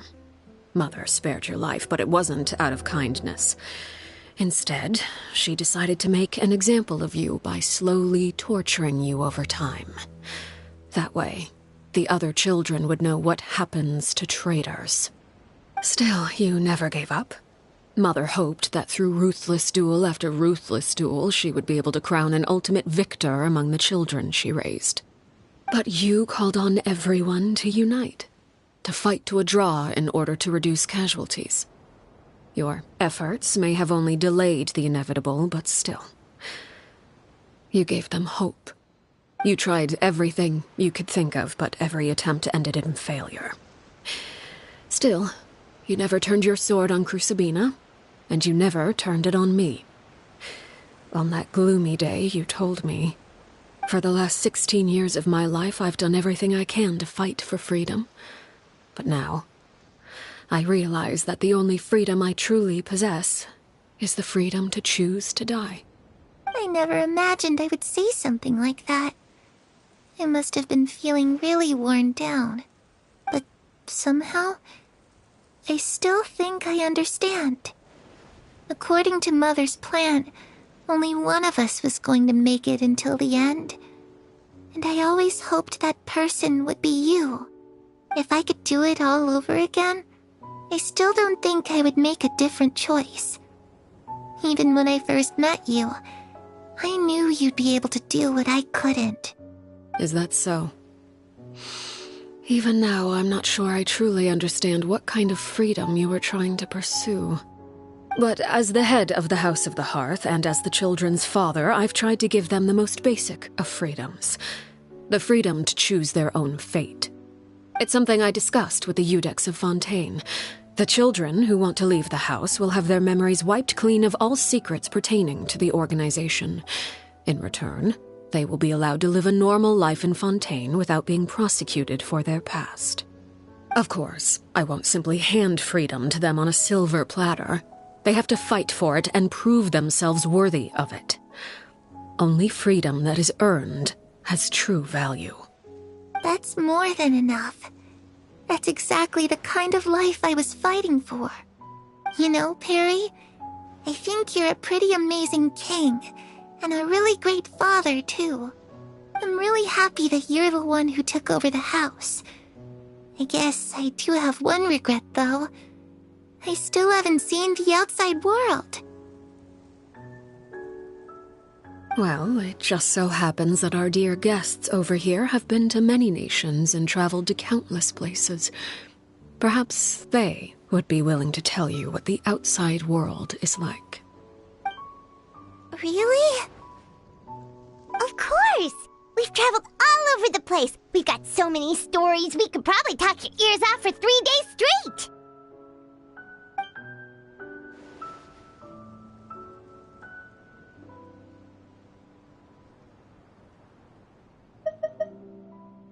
I was always too afraid to skip Mother's fighting lessons.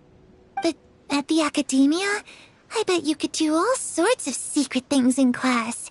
Things that have nothing to do with studying. I'm just kidding. Being able to study whatever you want without having to fear for your life actually sounds pretty great.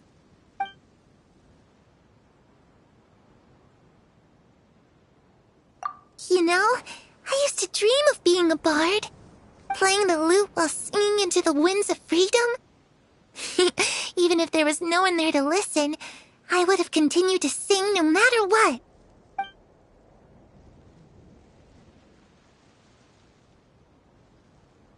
Ah, that's where Mora comes from. I never knew that before. If I had some Mora, I would buy 3 new dresses. One for me, one for Perry, and one for Mother.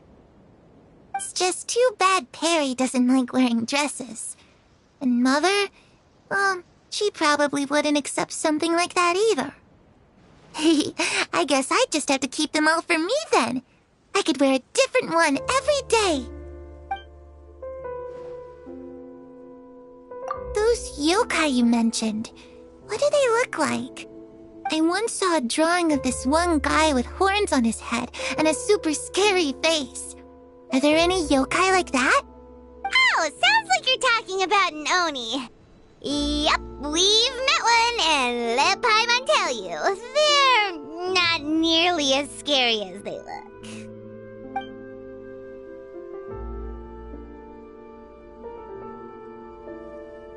The situation was super dangerous. Lenny and Lynette were accused of committing a crime, and they were going to have to stand trial at the Opera Epicles. Oh no, that must have been hard for all of you. What happened next? Don't worry, we were able to turn the situation around super quickly, all thanks to Detective Paimon, of course. How'd you do that? Come on, tell me. Okay, so it was like this. After the failed magic show, we rushed to the scene and...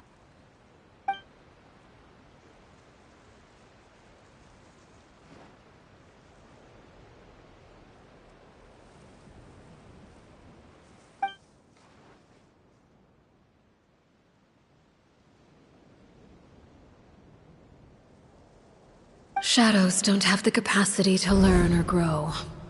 Any new information they encounter is quickly forgotten over time.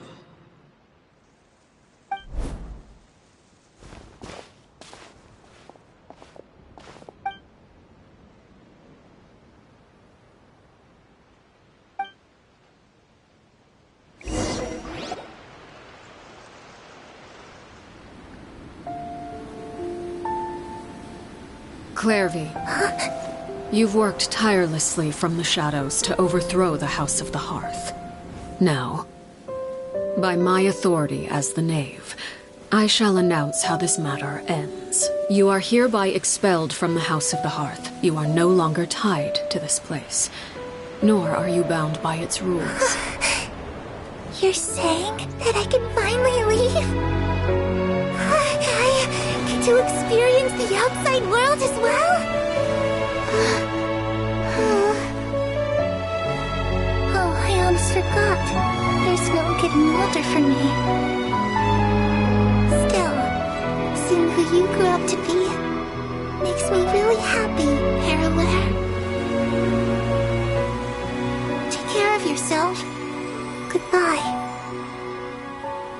May we meet again someday.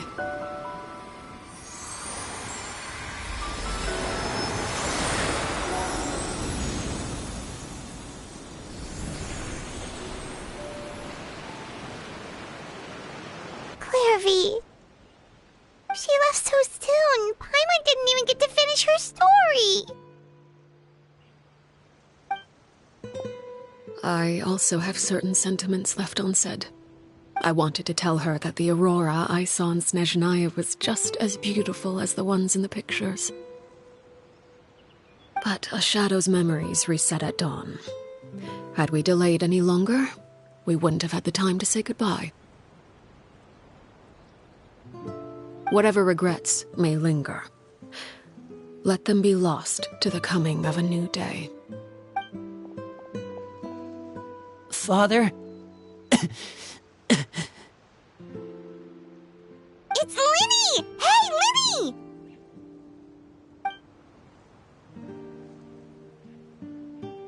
What is he doing back here? Let's go check it out.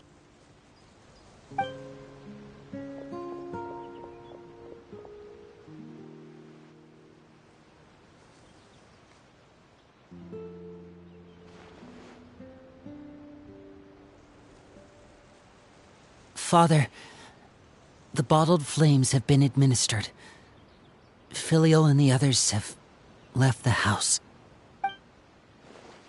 And you? What have you decided? Thank you for giving us that choice, Father. But we never wanted to leave the house. It's the only home we've ever known. Lynette and Fremine feel the same way. They're recuperating back at the Hotel Bouffe d'été. But I decided to come back and tell you where we stood. I'm sure you're well aware of the expectations I have for you. I want you to follow in my footsteps and become the next king of the house. Yet you seem to have different ideas.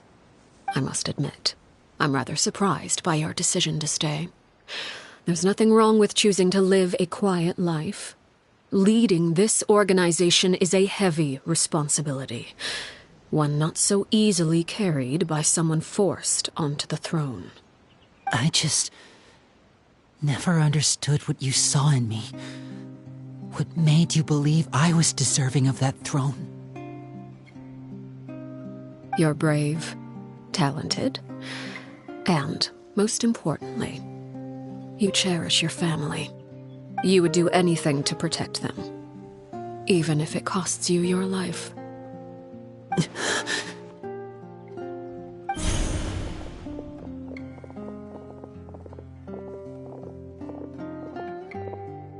Speaking up back there was so brave of you, Linny. It's all thanks to you that we were able to convince Father to back down. You're a hero, Linny. Hero? Father is the real hero. Had Father gone all out during the duel, there's no way I would have walked away with my life. She must have had it all planned from the beginning, from the very moment she suggested a duel. I'm not deserving of that title. I'm not strong enough or smart enough. You're wrong. In my opinion, all you need to be deserving of the throne is conviction and the necessary strength to act on it. We may have different ideas of what it means to be a family, but you can hardly be said to lack conviction. What you truly lack is strength. For someone of your talent, though, that's something that will come with time. Even without that strength, you still chose to face me in a duel, even though the odds were stacked against you. That capacity to honor your convictions is what I truly see in you. Father. No one knows what the future holds, what tragedy or triumph may be in store. Being at the head of this organization requires the strength of will to face whatever comes. Caution will only hold you back. If reaching a certain standard were required to go after what you want, I would never have succeeded in killing my predecessor. Back then, there was still a considerable gap between our abilities. Strength may decide the ultimate victor, but those who let a lack of strength dictate their decisions or undermine their convictions will never be worthy of the throne. I understand, Father. Thank you. Children must grow up to surpass their parents. Only then can a family continue to flourish. The road ahead is not an easy one, so I'll ask you one last time.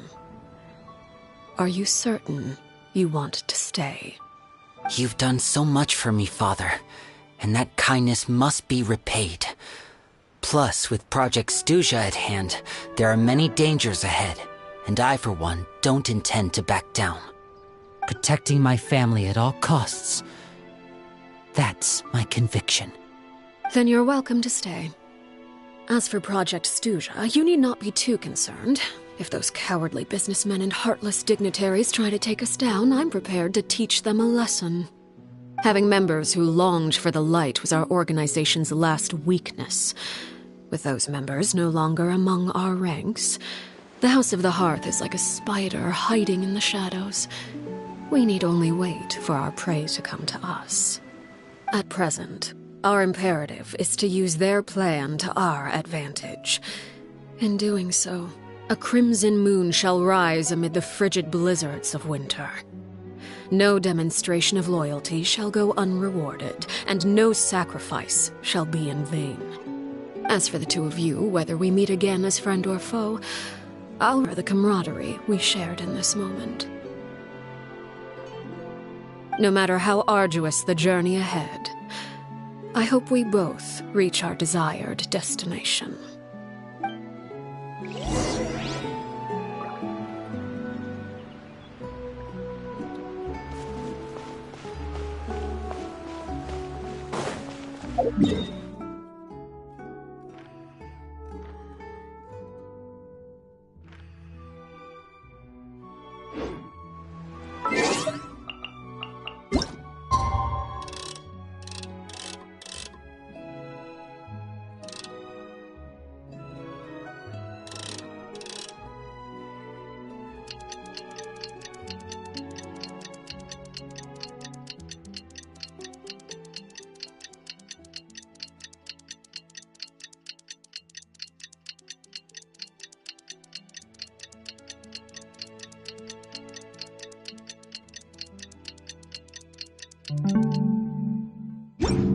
Water. Didn't Linny say that Lynette and Fremine were recovering at the Hotel Bouffe d'été?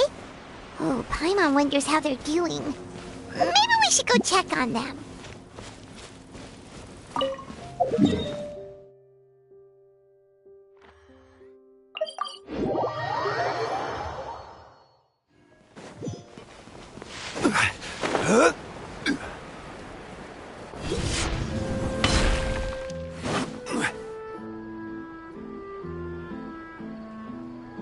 Lynette? Fremine? How are you feeling? Much better. Whew, what a relief! What about you? Are you feeling alright? I knew you'd come out unscathed. Us, on the other hand, well, we've been bedridden for 2 days. I couldn't even turn over. Oh, and I wanted to ask, is Clairvy gone? Linny and the other members have left Poisson and returned to the House of the Hearth. According to him, there haven't been any more sightings of a spirit roaming the house.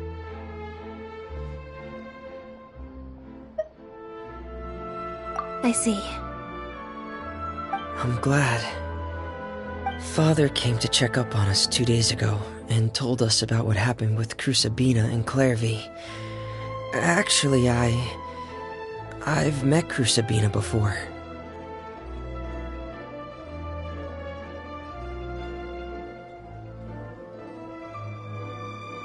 Wait, what? You've met the former knave? Crusabina died a year after Clairvy. It was during the year between their deaths that I joined the House of the Hearth. Crusabina had an extremely cruel and radical way of doing things. While she was alive, the atmosphere in the house was suffocating. When I joined, though, the experiment she valued so much had already come to an end, and all the people involved, dead and injured alike, were gone. Crusabina never talked about the past with us newcomers. A couple of months after I joined, Father killed Crusabina and burned all her files. With that, the names of all the people subjected to her experiments, Clairvy included, were lost to the flames, along with the painful memories they represented. Father took in Lenny and me a couple months after that, but she never mentioned anything about Crucibina or Clairvy. It really seems like something she was planning to keep to herself. The last time you talked to her, did she mention why she kept it a secret for so long? She said she didn't want us to be affected by the darkness of the past. She was worried we'd develop a false sense of gratitude towards her if we knew about it. The foundation of a family should be free of any corrupting influence. Whatever happened in the past, it has nothing to do with who we are now. And that's what Father told us in the end. But I still thanked her for everything. It was only after hearing about what Crucibina did that I finally realized how insignificant our lives could have been. The members of the house meant nothing to her. To say that she valued them in any way, even just as a tool, would probably be giving her too much credit. If Father hadn't taken over the House of the Hearth, I probably would have already...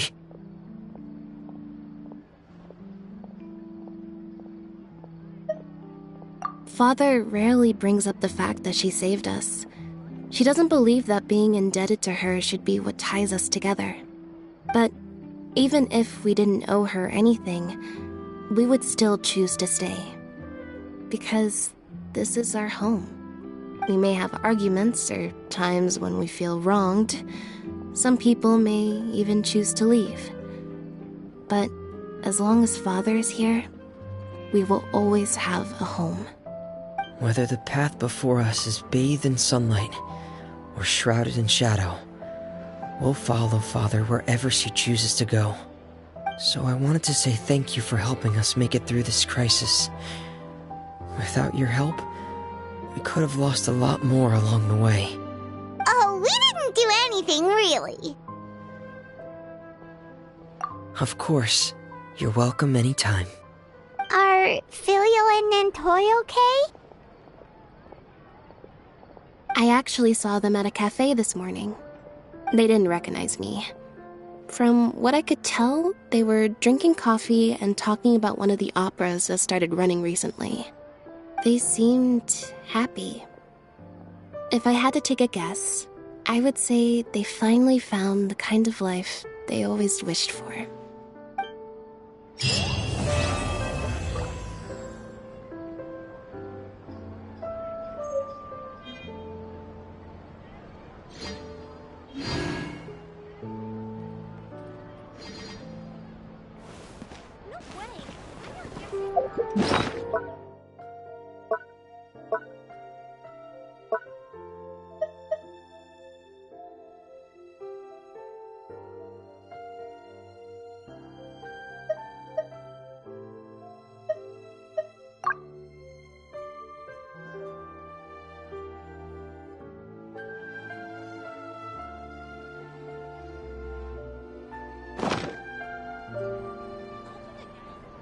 Mind the side effects.